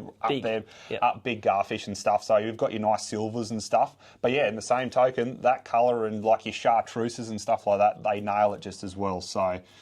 Take us through this. This is looks like another one from the 13 stable, fishing. and the profile very, very slender, Yep. very finesse. Yep. So that's our whippersnapper there. So 13 fishing whippersnappers. So 80 mil. So similar, exactly the same as those guys there as well too. Yep. But like a little bit more slender profile on them. A little bit deeper. They probably a bit shallower, actually. Okay. Yeah, the bibs on them's a lot. Oh, sorry, for that one it is deeper. This is a deeper bait, than the Rapala. Yeah, so I think they dive down to about sort of 4 or 5 foot. So not too bad, which is probably not a good depth when they are up shallower. And the beauty about it for jerkbaits, if you want to go shallow, you work your action straight away. But if you do want them a bit deeper, you just crank it down, sort of 5, sort of 10, whatever. Yep. And then start working it start there. cracking them. The thing is, both of these lakes pretty clear around the outside. They're not afraid of coming up a fair way to eat a jerkbait, are they? Yeah, no. Well, particularly when you see it on live scope, you're like, oh yeah, they must be up it, and then you see it at live scope, it's just like whoosh, and just come up and crush it. So which is pretty cool. One lure that is actually been doing really, really well, particularly this year and last year, and it's even done well on the tournaments as well too, is the X-Wrap 6. So when they are probably honed into a bit more smaller baits. Yep. These X-Wrap 6s are dynamite. I know it's Matty Langford's favourite little jerkbait, this one, isn't it? It is. In the live roach. That's his colour. So, and that, again, down there, obviously mimics a lot of the smelt that they've got down in those New South Wales lakes. So, but yeah, that 6 centimetre side, even up here as well too, like Mick Johnson did a video at Waruma and got like 2.5, nearly 3 keggers on that as well too. When they were right up shallow and like near the weed pockets and the wheat and the bays and stuff, he was throwing that because the X-Wrap Deep 8 would be a little bit too deep. Yeah, digging in the weed. Yeah, cool. So that 6 was... and I think as well too, a lot of people don't really think much about it, but even like when you've got a jerkbait, even just that feathered treble, when it jerks in that, it's enough. It's just wafting when it stops in that as well too, and I think it's a great triggering mechanism. So you like a dress treble on the back? I do. A few people said, oh no, don't worry about it, or vice versa, but I just, for some reason, you see it in the water when you actually jerk it, and when it stops, and it just wafts, and it just looks like a tail, sort of wafting. Yeah, I'm hiding, but my tail's still moving. Still moving, exactly. So it's just that, I just find it's just more of a triggering mechanism and something else from the hone in on. Let's close out the hard bodies with a couple of lipless here. What have we got? So we've got the 13 Fishing Magic Man and the Rapala Rip and Wrap. So I've just released this year. Of the Magic Man, sorry. So obviously great sort of lipless crankbait. So when you're covering ground on edges and stuff like, you can just be out and just slow rolling it on your rock walls or even along weed edges and stuff as well too.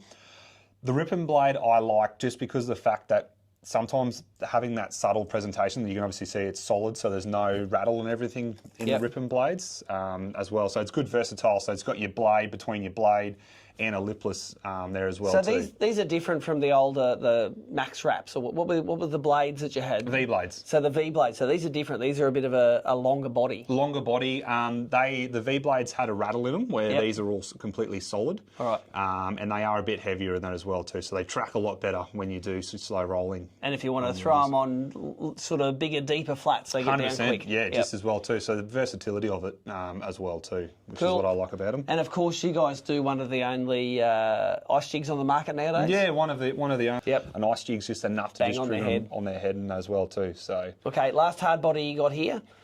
This is a brand that normally you would take game fishing, but It is. Williamson, tell me about it. Williamson. So so these are our Thunder jigs. So we released these last year in a 40 gram, and this year that's our new one, which is our 28 grammer. I just absolutely love them. Like spoons, particularly up here in southeast Queensland, are dynamite, mimicking those bony brew and stuff. Yep. When I seen these last year of the prototypes that I've seen, the Thunder jigs, I got really excited just seeing the shape of them.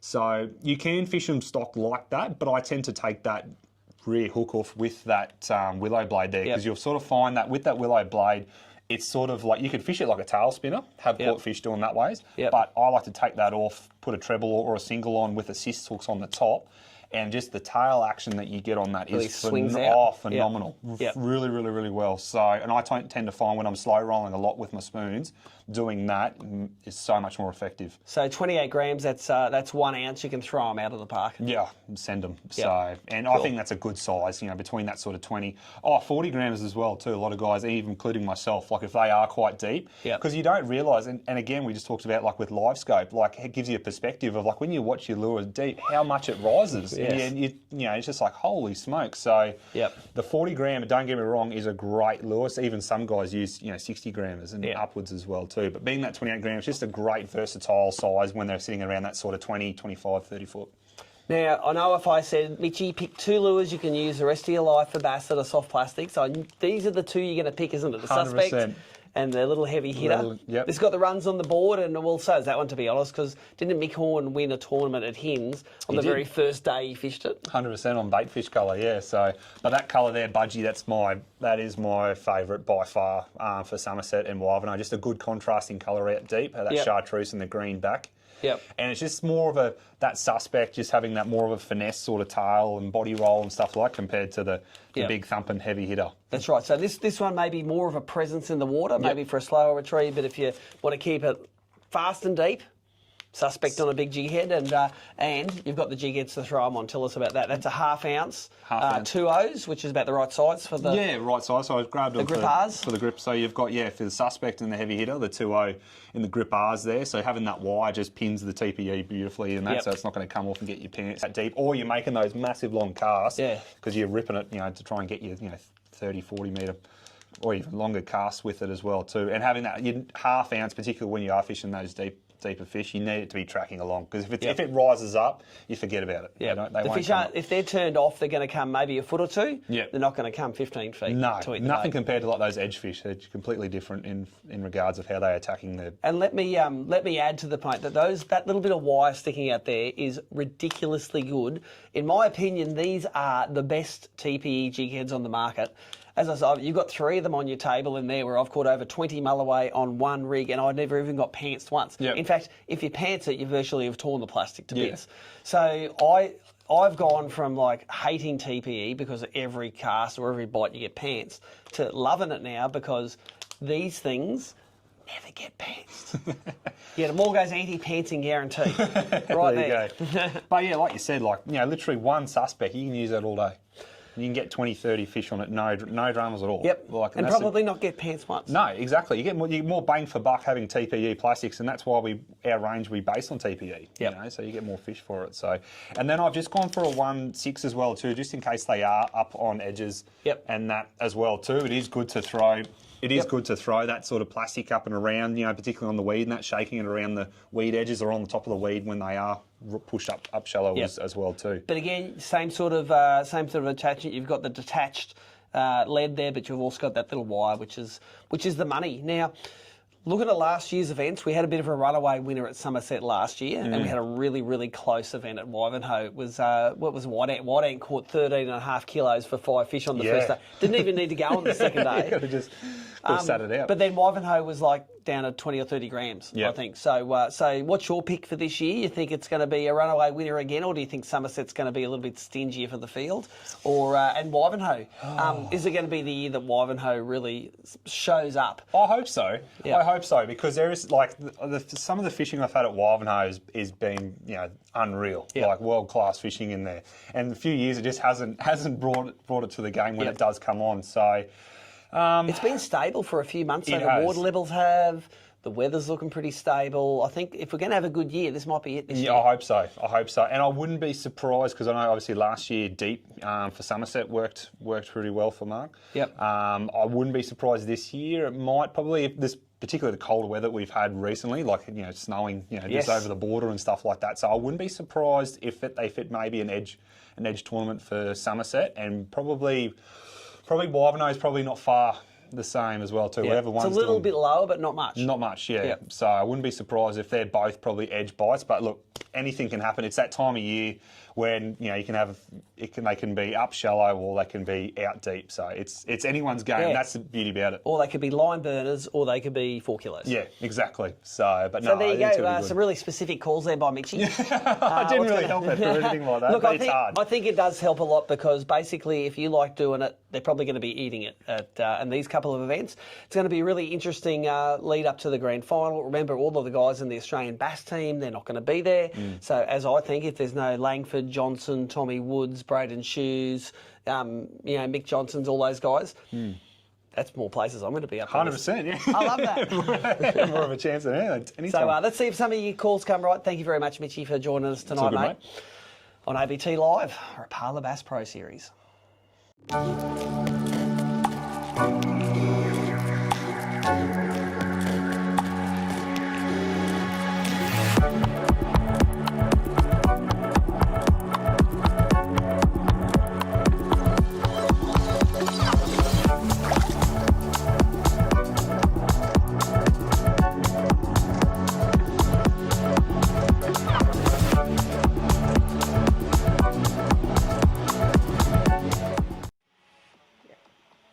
So big thanks to Mitchie for sharing his experience there. And while we were on that break, Nicole and I were discussing maybe it's worth giving a bit of an explanation about what Tommy Wood's actually done, because let's face it, there's nothing about American bass fishing which isn't complicated.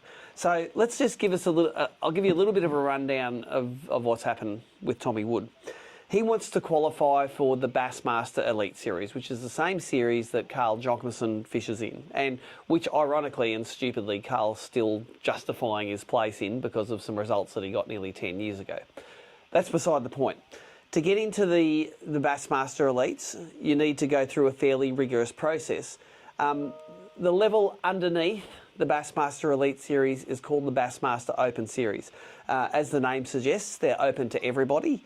If you want to crack at American fishing, you can go over there, get a boat, and pay your money, enter, and you are in the Bassmaster Open Series. Historically, up to last year, and for the several years before that, you had to fish 9 of these Bassmaster Open Series, ended up in the top 10 in the Bassmaster Open's Angler of the Year, and then you would get an invite into the Bassmaster Elite Series. That was a pretty onerous process, although there's no arguing that the guys that came out of that process were absolutely gun anglers on both largemouth, smallmouth, east, west, scope, no scope, whatever you needed them to do, they could do, because they have been through the rigmarole to do that. And there was between 100 and 150 people, I think, were trying to be in that top 10. So very, very competitive process. This year they've made it somewhat easier and somewhat more difficult.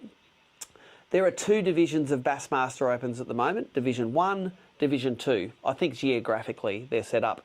Tommy's entered in both of those, and there's 3 tournaments in each. So 3 Division 1 tournaments, which have now just finished, and 3 Division 2 tournaments. I think they're 2/3 of the way through those.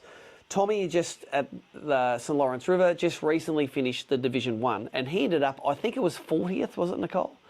Around 40th in Angler of the Year.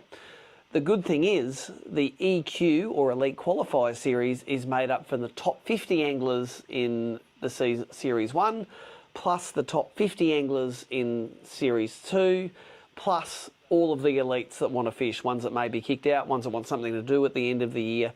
I think basically all the ones that don't make the Bassmaster Classic are entitled to come and fish that EQ series. And I think for the elite guys that may be getting kicked out of the elite series, it's a last grab of trying to make yourself get into that top 10 in that series, and that's a 3-event series, to qualify back into the elite series. So it's a little bit of a softer landing for the elite guys, but it's a staged qualification for the up-and-coming guys that want to do it. Now, so Tommy has made it in the top 50. He is already in that EQ series at the end of the year, which will have 50 plus 50, plus maybe 150 anglers in it. You've still got to get in the top 10 of 150 of the biggest sharks in the country. What happens if Tommy finishes this Elite Series Division 2 and qualifies for that as well? Well, anyone who does that, it actually reduces the field by 1 angler each double qualifier they get. So if that same 50 guys qualifies as the top 50 in the next division, that's 50 fewer guys they're fishing against to get into the Elite Series. Won't happen exactly that way, but there will definitely be some double qualifications, and if Tommy manages to qualify in Series 2 as well, or Division 2, then he'll knock someone else. The more guys they can knock out, the better their odds are collectively. And that's what happens later this year. I think it's September, October, November. There are 3 tournaments in that EQ Series tournament. He wants to be in the top 10 of that AOY to then get an invite into the Elite Series. So there's a few steps. They get harder and harder to get in. Tommy has made it through that first step. So I hope that makes it a little bit clearer for you.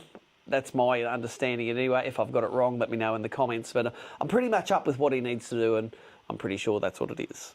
So let's hope that Tommy can now, he's got one more event in that Division 2. He's going to fish it free and easy, knowing that he doesn't need to qualify. Maybe go and try and win that one and get straight into the Bassmaster Classic. But his next big tournaments, the next 3 events, all the Barra fishermen, you're going to be happy with that. Probably takes him out for the entire Barra tour. 1 place high for me, 1 place high for you, hey Nicole? Oh, you know, still, it's the way it is. Segway. Samaki, one of Tommy's big sponsors, left the factory to Nathan Banks and I this week. Let's go see what happened.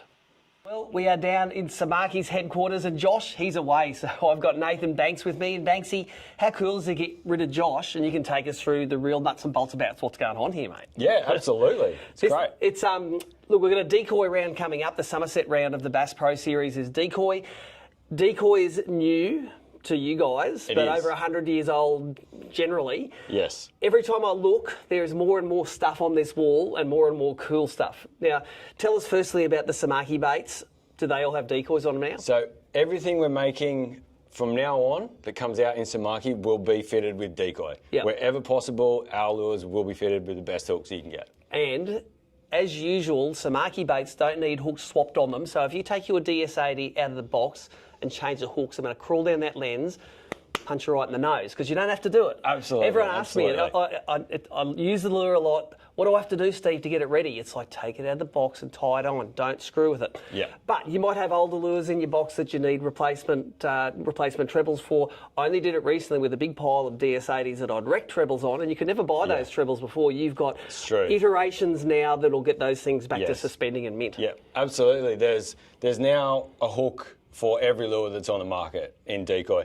Like little YS25s, obviously the best BREAM hook going around. YF33s for like a lot of your bass surface lures, things like that. Yep. YS21s for diving hard bodies, and so on. So on and so on. And if I go across a bit further here, I see you have got some really cool jig heads. Firstly, check out the nail bombs. All the guys that fish Victoria and Black Bream and really heavy structure are going to love these things. I see whole size ranges of these. Nathan, these are available nowadays? These are available in all good shops. And check this out. I've never seen actual just jig heads from Decoy as well. Violence jig heads. And anyone ballsy enough to name the jig heads Violence, I think knows how to make a jig head. They look great. Look like the old sort of Gamakatsu round balls, don't they? Yeah, definitely. So the Violence jig head are the fine wire model, and the standard is your heavy wire.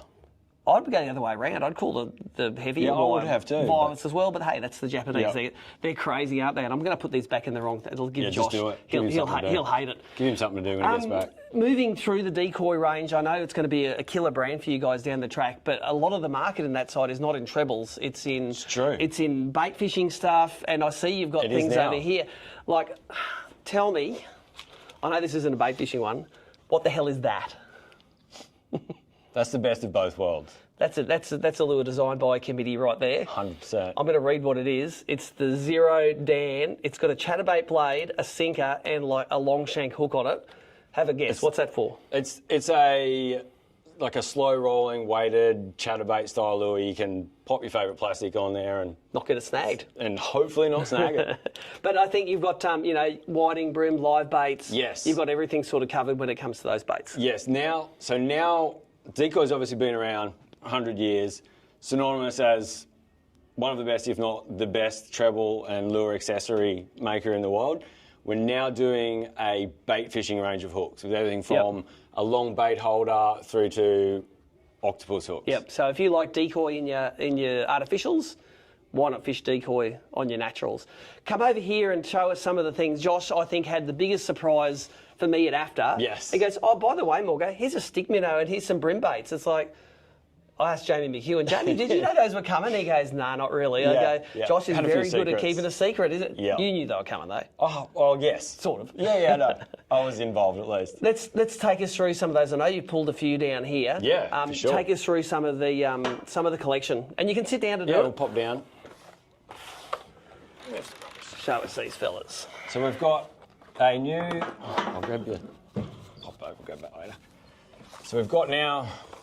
We have seen these before. Josh Yes. showed us the blades. He showed this on the last ABT live that he was on. So these are now in the warehouse. They're in the warehouse and in stores. Okay, They're in stores already. Also rigged with Decoy.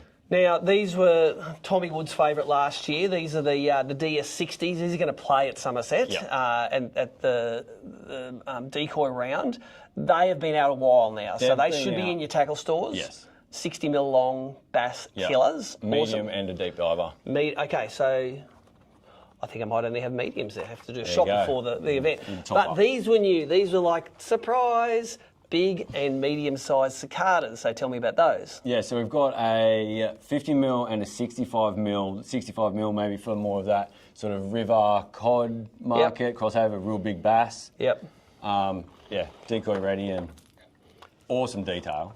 Yeah, and it does seem they're very, as usual now, a Samaki lure is synonymous with quality. Yeah. He won't let them go to market unless they're 100%. No way. They're a soft wing. So I don't know if you can see that, but they're a soft bendy wing. Like all cicadas, they fall up so that they cast aerodynamically. And if I listen for a rattle, they got that's a very cicada-like rattle, isn't it? As accurate to a cicada sound as you can make. So there you go. If I do that next to the mic, you can probably hear it a little bit better. So they were very surprising, Josh. Thank you very much for dropping those on us. But you've got some small broom cranks as well. Yeah, so we have now a medium and a shallow rolling crank style hard body that we fitted with YS25s. So they're all the same ones? Yeah, so that's the medium and the shallow. So again, they're a small sort of jelly bean, like the old camion nearly, that sort of body shape. Similar in size. These are a 32 mil. Yep. So imagine a jelly bean with the lip. There we go. If that doesn't look like a little something that would make a chip hatch go on the Gold Coast, I'll eat my hat. But then smaller mediums, but they also had, where was you had a top ordery sort of We do. Nazi style lure there? We do. We have a little top water style. And grab a stick minnow when you're in as well. I'll get a stick We've minnow got to do for you. that.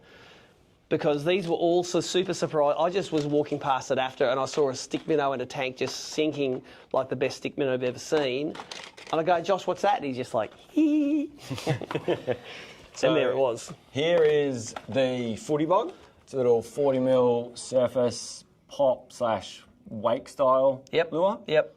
The bass guys in northern New South love these things, and I'm sure the brim guys further south with the yellowfins love them as well. Yeah, absolutely. You can still wind them, like roll them at like a medium pace and just have it sort of just subsurface. Just in the surface, and lots of cool, awesome colours. Yeah, there's heaps of good colours. Take us through what else you got there. That's the. This is sort of attacking the whiting mark a little bit, I'd say. Although some of the brim guys will be into those as well. That's called the Skipping Prawn 75. Not because I know, I'm just reading it off the back of the packet right now, sideways. That's my talent.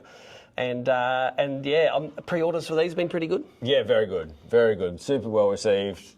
Custom-made decoy assist. Yep. On the back of that, YS25 on the belly, and nice. And give us the Barra surprise first. Here's the new Barra. It's like, oh, by the way, there is now a medium diving MS80. Of course, I love my DS80s. I've got too many of them. They've caught plenty of Barra, and all of a sudden, I'm going to need another 20 more. Yep. Minimum. And this is, Josh was telling me it after that was a lot of saltwater market influence there. Yes. Some of the guys cracking them around snags wanted a smaller bib. Yeah, definitely. And it will suspend and jerk and swim exactly the same as the DS. So perfectly. Deep it. Perfect. Perfectly. Yep. There you Straight go. out of the box. Awesome. And is that actually interesting? Has it got the same hooks as the DS80? No. So this different. This is rigged with decoys. Okay. So they were BKKs on they the were previous. BKK, yep. So now we've been able to adjust the weight inside the lure to handle the heavier decoy hooks. And then there was the little giggle moment was there.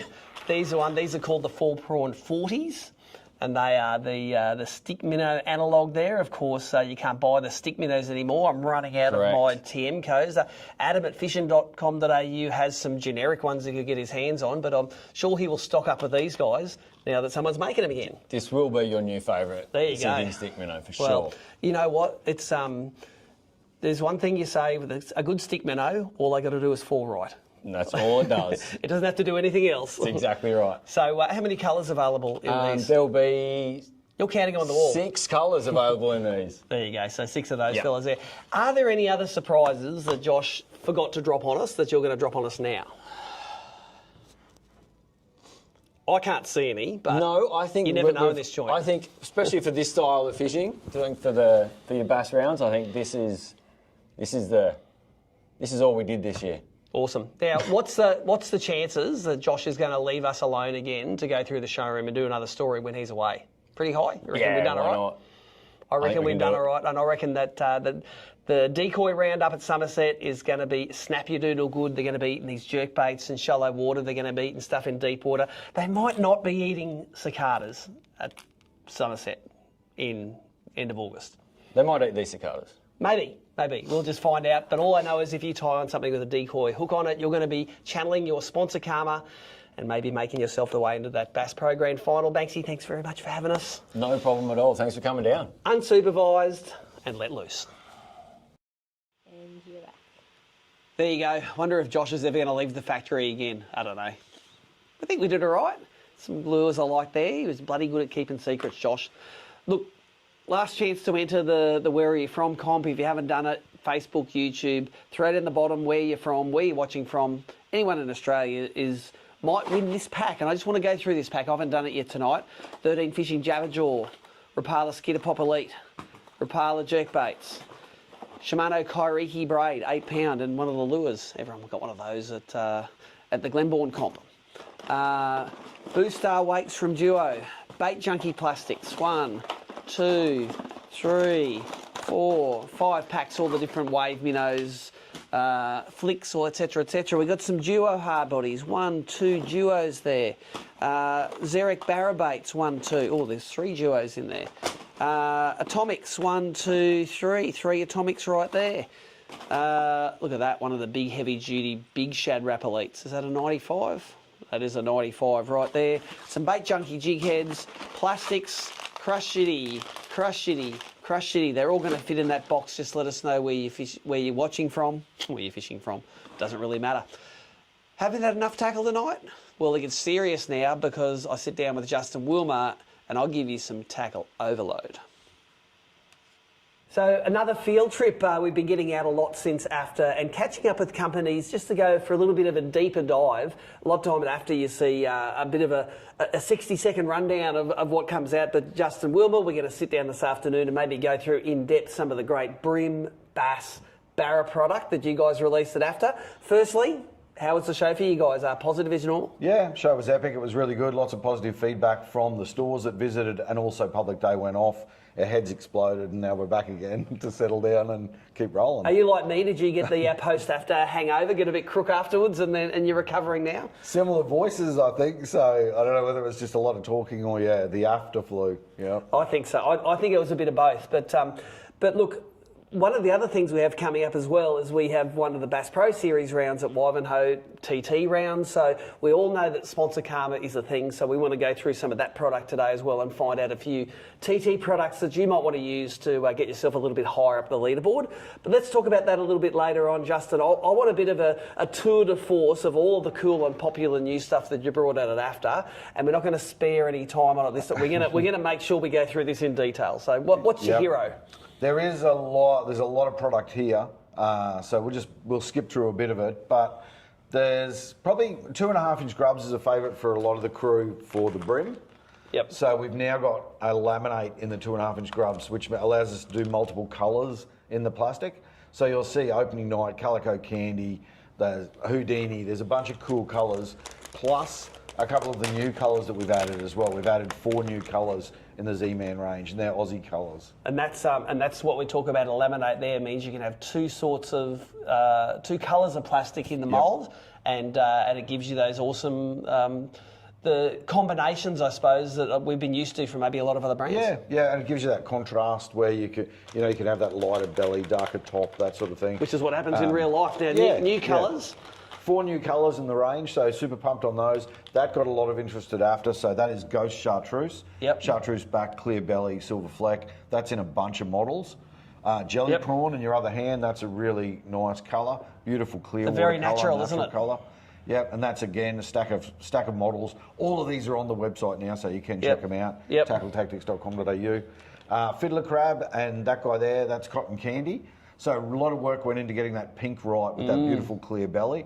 So that's going to be a cracker on the flatties, but a stack of species. And then fiddler crab, and that fiddler crab is one of the new colours in the 2.5-inch grubs. So for the BREAM crew, that'll be dynamite, that one. There's nothing that a BREAM guy likes more than a natural looking colour, because once it's sold to the angler, it's easier, I think, to sell it to the fish than the angler. Anglers are very discerning on what they tie on. You know, of course, your hero product in that line is the motor oil 2.5-inch grub. Yep. Give us a clue as to how many packets of that you sell every year. It's not like 20 or 30, is it? No. No. A lot. It's like higher. So. But it's, we were talking earlier a bit about that plastic, and it's one, if you're new to fishing, it's a great plastic. But also on those tough days, you can put it on because you've got confidence that the fish are going to eat That's it. right. So it's a great plastic. And if they're not eating that, they're not eating. Slim Swims, 2.5-inch. Oh, there you go. That's right. Still the same colour. I know you catch a few on the Slim Swims. I love the Slim Swims. It's a good plucky. Love it. Take us through some of that. Now, we were talking about the last couple of years have been Year of the Prawn at AFTA, and you guys have had various iterations have come out. Tell us about what's happened this year. Yeah, we did a Prawns Elite pre-rig prawn 3.5-inch and 5-inch, and we've now got a 2-inch, 2.5-inch and a 3-inch. So 2.5-inch and 3-inch.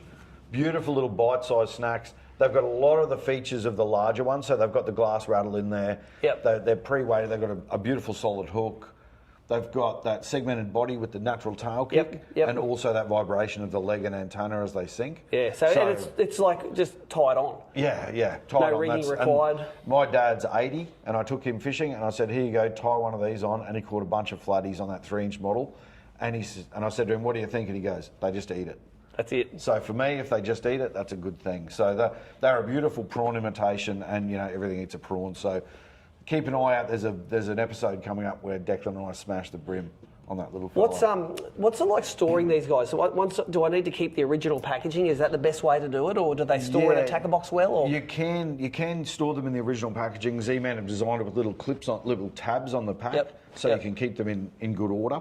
Otherwise, they fit really nice in the shallow TT trays with the foam insert. Oh yeah. And they just slot into the foam. And they sit legs and up. keeps their legs perfect and everything. So I notice on a lot of stack baits, if you say store them with some some dissimilar plastics and they end up pushed over, like you want them with the legs symmetrical to fish the best. I'd say. Yep, and they sit beautifully. You can fit a stack of them in the little shallow split foam tray that TT does.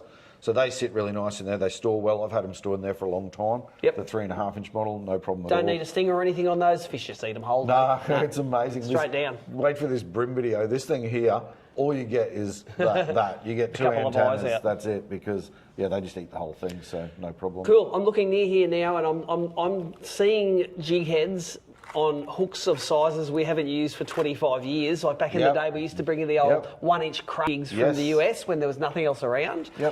This looks like the same sort of thing, except they're not going to give up on you because they're stronger. Yeah, that's right. And it's gotten trendy again, the microplastics and guys down south, they're catching bait fish on them and then putting them out for live bait and all sorts of things.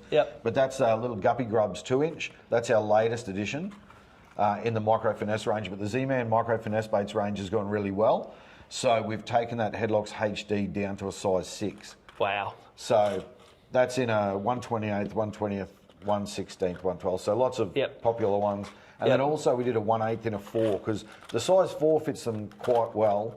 And that size 4 hook can carry a 1/8 ounce, which is good for deep water work. Winter bream, rock wall bream, that sort of thing. So, or as you said, just dropping into a school of yakkers that's 10 metres down outside. You want to catch one at a time, some yakkers, and look after them for liveys. That's what's the going to do. kids have a lot of fun with them too, with that micro finesse catching the. What do you mean? Kids and the adults. I don't mind it as well. Awesome. I skipped these prawns too. I'll give you a quick look at those, because one thing with doing a pre-rigged prawn is people say, pre-rigged prawn's awesome, but I want to fish it lighter, heavier, weedless. So we've done a 3.5-inch and a 5-inch in the unrigged. And we've also got 6 new colours. Party prawn, tiger prawn, jelly prawn. There's lots of new colours in that. And you'll see this guy here, you'll probably pick it up. Through the centre of its head there is a rigging slot. So the cool thing, people like pre-rigged. If you're going to do unrigged, make it easy. So a jig head will slide straight through there perfectly easy, and you get the centre every time. And you're ready to go. I love that. I'm an idiot when it comes. I always get it. It's like, so I don't know how people get it perfect every time. I can't do it. Especially in durable plastic like that. So that'll feed through beautifully. And then this guy here on the bottom, there's a big slot, and on the top there's a nice hook pocket. So you're minimising the amount of plastic there for weedless rigging, so it clears really easy when a fish bites. So the northern guys are going off, but that'll catch a bunch of species. Tell me that. Fish all over Australia don't eat a glassy-looking shrimp that size. It's a good size. If you had to have one bait to fish the rest of your life in an estuary and to catch everything, I'm guaranteeing you're going to pick something like that. Yeah, prawns get eaten, because that's for sure. They do, by humans and by fish. Awesome. Take us through some of the other. What have we got here? This looks like a Ned rig humped an earthworm. So this one is driven a bit by the guys down south. Lots of requests. Lubin Pfeiffer has whacked a stack of King George whiting on it. Through the testing process. So there's kind of 3 components to that whiting system. So there's the whiting system jig head, which comes in 3 weights, and that hook size perfect for your whiting. And then we've got the assists, which come in a pack of 6. That's interesting. That they're sort of pre-tied assists, but they have a longer strand than so usual. Set up for that worm, and that worm is a 4-inch Z-Man finesse worm. So cool. Naturally buoyant. And you've got the tie down on the other side of the jig head for that as well, so you might be able to see it there, but that's where the assists are tied onto. Yeah, the assist just loops on, and then being naturally buoyant, that sits like that on the bottom. Stands up off the bottom. And it's designed for whiting, and Lubin's whacked the King George whiting on it, but I think, summer whiting, bream, silver trevally, everything, things like eating worms as well, so of course they do. That should catch plenty of fish. Take us through, okay, let's morph out of that bream side of things. Tell me about this. Righto. This is the size of bait fish that everything in the ocean eats. Yeah, 4.5-inch and 6-inch in a more of a shad profile. So that's the Shadtron LT. So the Mulletron LT won best in show at ICAST last year. Yep. And it's a line through system. So fish eats that. Yep. Hook comes Comes out. free. The fish can jump around. It doesn't have the leverage to throw the hook. Designed for Barra, isn't it? Like Barra need line through Yep. stuff. We don't have enough line through stuff in Australia. No. How many people have hooked a Barra, first jump, lure comes flying over your head? Doesn't happen with line through. No. So that fish can shake, go crazy. That goes up your line. Yep, that goes up your line. Nice glass rattle in there. Really nice wedge-shaped tail for a really fluid swimming action. And there's like a weighted head on the inside there. And it Yep. seems like it sort of clips in. Does clip in there, and you can, on the sneaky, for the big barra guys up north, you can slide an SL12 in there quite Wow. nicely as well. Yep, and then what's on the bottom here? Yeah, so that's not on the Mullotron, but it is on the Shadtron LT, so that's a new development. They call it over-under rigging. Yep. So you can clip a treble in to the bottom there, and you can run your line through to your treble. Wow. Same thing, pin them with the treble, they jump, they shake it around, and the treble Like stays. that is a bony brim. Yeah. And yep. that is a system that Barra are going to love. I think I've been banging on to tackle manufacturers to make something like this for ages, and America just went and did it without any input. They just said, you need one of these. Yeah, and they also made another shape profile called the Swag, which won this year's award over there at ICAST for best soft lure. So we will have that following this as well. Wow. Awesome, awesome, awesome. Take us through what I have here. The big blade. So big blade, chatterbait big blade's been popular, especially with the Murray cod guys. So now that's a pre-rigged version with our custom TT Stinger on there. So Yep. ready to go straight out of the packet with a trailer on there. Yep. So the big blade itself's been very popular, and now there's that pre-rigged version. Yep, and then the big blades you have all the Yeah. way down to... Yeah, so we've got the Chatterbait Mini Max. Now we have the Chatterbait Micro Max. So that's in a 1/8 and a 1/4. Less strands in the skirt, more action. It's got a hook, grub keeper on there as well, and Yep. loads of action. So that's in a bunch of colours as well. And so this is your medium size? Or That's is the it- big That's fella. your big fella, and that's Yep. the medium ones in yeah, between so you can that. see the difference there between the big blade Yep. and the Micro Max. So this one would feel like a real fine Yep. vibration. This thing would thump. Yep. And the medium in Yep, between and then there's somewhere. the mini in the middle as well. So that Yep. micro, like creek bass and shut down bites and Yeah. finessey sort of stuff is going to be beautiful. I think Aussie bass guys in particular have really embraced chatterbaits in the Yeah. last 5 years. Yep. I reckon 5 years ago, no one would be competent with them now. I go Yep. out with non-boaters, every second one ties on a chatterbait. I'm still rubbish at catching fish on Yeah. them, but they are very confident with them and Yep. they catch fish on them. They're like just fishing a crankbait. Yep. So- They have a nice erratic action, and I think the thing with them, it's action, vibration, flash, and noise. Like, it is a crazy presentation, and it does take some getting used to fish it. Yep. But guys that sort of nut it out, they smash Oh. the fish on it, and they reckon they're an excellent lure for fishing through dirty water. Where someone's already fished, Yep. if you're following someone else, completely different. Just can't help himself. He's Yeah. got to eat it. Awesome. Moving your way, what do we got? In jig heads here? Yeah. Yeah, so demons, we've gone with some heavier weights in small hooks and that sort of thing for the dams. So demons are popular for the bass guys. And these have been around for a while. Yeah, the demons Yep. have, but there's some larger ones, and there's also those guys. So they're a demon stingers.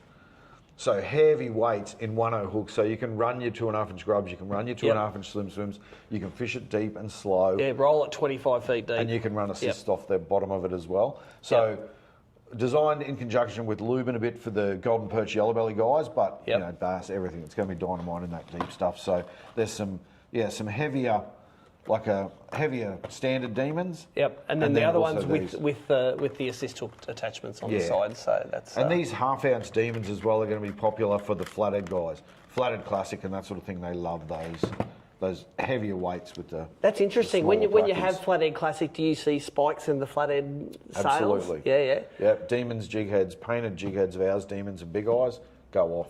That's crazy, isn't it? 3-inch minnows. Okay, if you were going to say what is the most popular jig head that they use in the Flathead Classic that you sell, what would that be? Yeah, I'd go at Demons in a 1/4 ounce 3/0 or 3/8 ounce 3/0 Yep. with a 3-inch minnows. And you want to know how popular the 3-inch minnows is? There's 58 colours in the Oh, range. So that's it's right. ridiculous. So whatever colour you like, you'll find something you like in that 3-inch And I was minnows. wondering what was in all the warehouses here. Well, 58 boxes of different colours of 3-inch those minnows, things. Lots of 3-inch minnows and 2.5-inch grubs in motor oil. Amazing.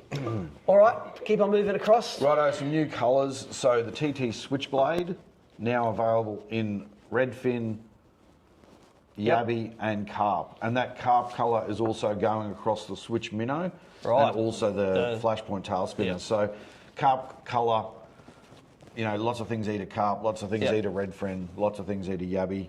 Yep. So those three colours are going to be dynamite, and that's across all three sizes of the switchblade. And then the carp's gone right through the range of blades.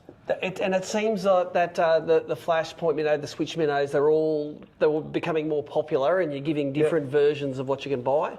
Yeah, yep. Take us through. Well, take us through some of these things. Yeah, so I'm interested in these because if people want to have a crack at it and not have to worry about which of the colours they need, you've gone and picked some of the most popular ones already. Yeah, so we've done them with the switchblade, the switch prawn, switchblade plus, switch prawn plus, and switch minnow plus. Yep. So all three of the blades, they have different characteristics. Like this is a much tighter, more aggressive action. That's pretty much a standard vibe, and then the switch minnow is more open action with that silicon tail. So different actions for different applications.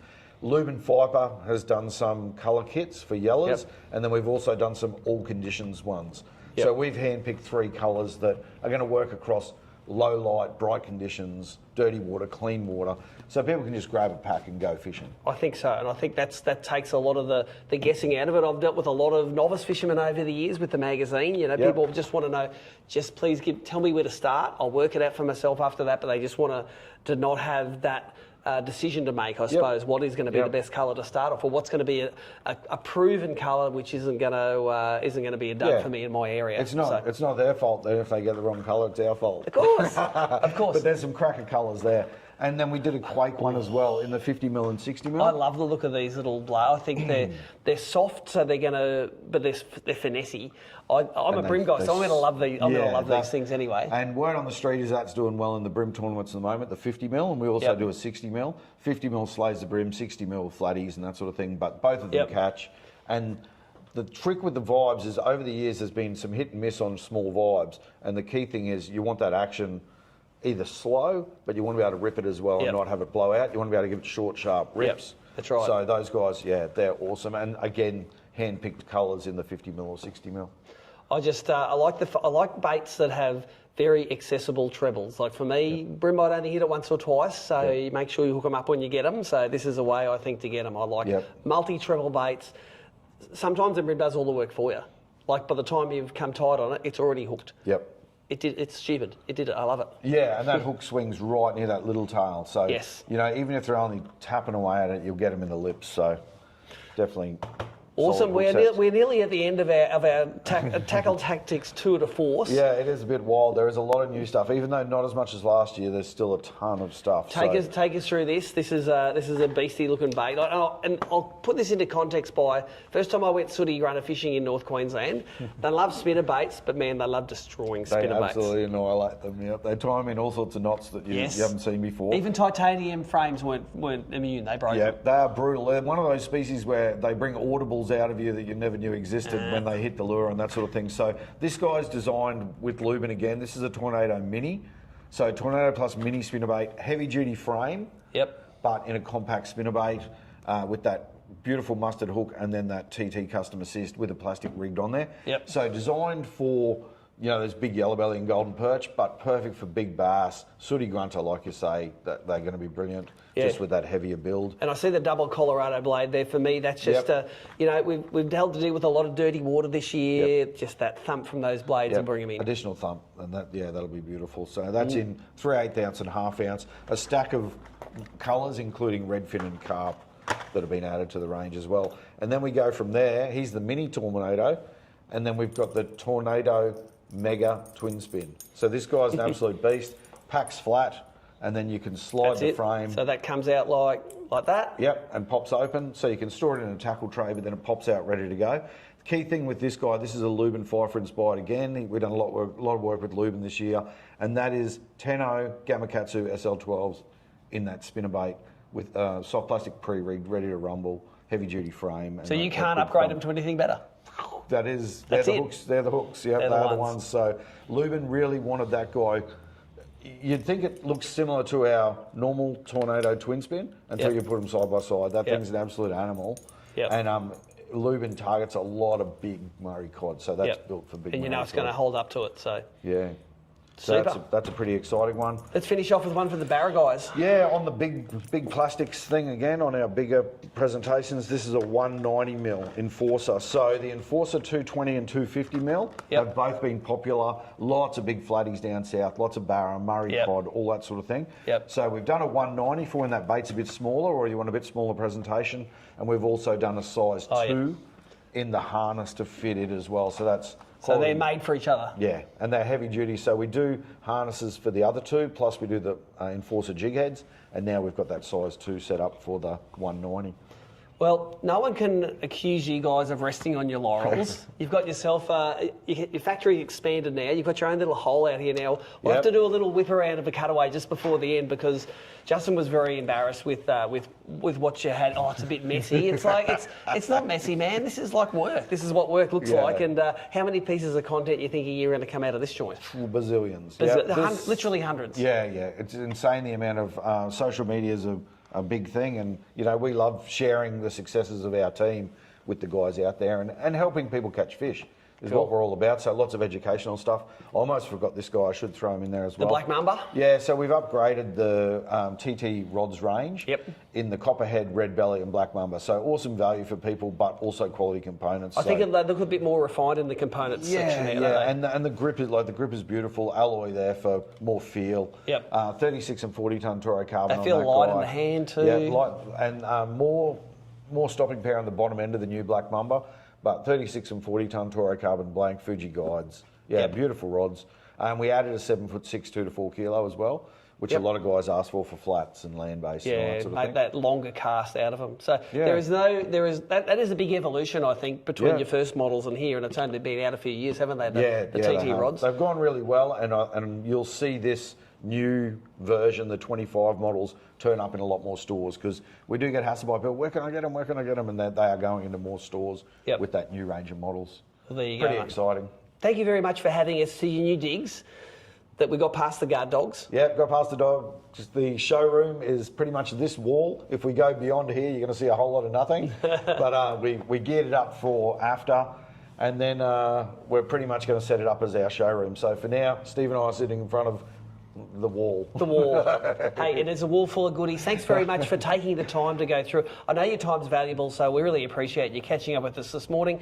ABT Live might only have 300 or 400 viewers, but they are very engaged people. And if they like some of this stuff, man, it's in the tackle box straight away. And I love all that. Like, I talk to a lot of those guys, and I love following the events.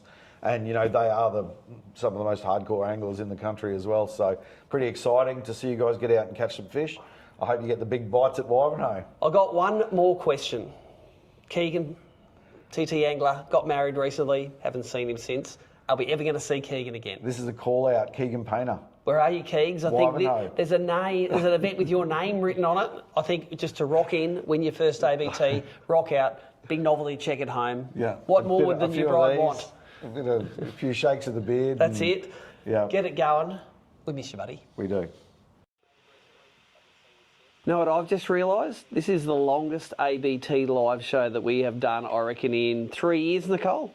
Yeah, since the early days. It was, man, over 2 hours, and it wasn't light content. It was pretty heavy with all of the what's new at AFTAs, and wasn't technique heavy, it was tackle heavy. So if you're one of my Tackle Fridays fans, you would have had an awesome show tonight. Thank you very much to all the guys, to Damon and Mick who came in. Thanks to the guys who had us there for pre-records. I'm sure you all want to know who won the awesome tackle box. Off YouTube, Ryan Taylor from Morisset, New South Wales, incidentally had 0 buttering up of Nicole. Well done to all the guys who did. She reckons I hate all of those comments. Read them all, of course. Not even getting any little head around the thing there. But Ryan Taylor, can you send us a message on Facebook and let us know what your address is? I'm going to get that awesome package of tackle, which might be worth up to $300, $400, $500. I don't know. It'll be in the mail to you soon. And due to normal Australia Post services, you'll get it sometime this financial year. I think we're done. Got to do a bit of washing up. Wash up the slow cooker. Thanks to the live viewers. Thanks to the live presenters. Thanks to the pre-record presenters. We'll see you all on Tackle Fridays, which is the day before 14 hours of live streaming tournaments. at the ABT Crush City round of the Daiwa BREAM Series at the Tweed River this weekend. I'm speaking garbage now. I'm going home.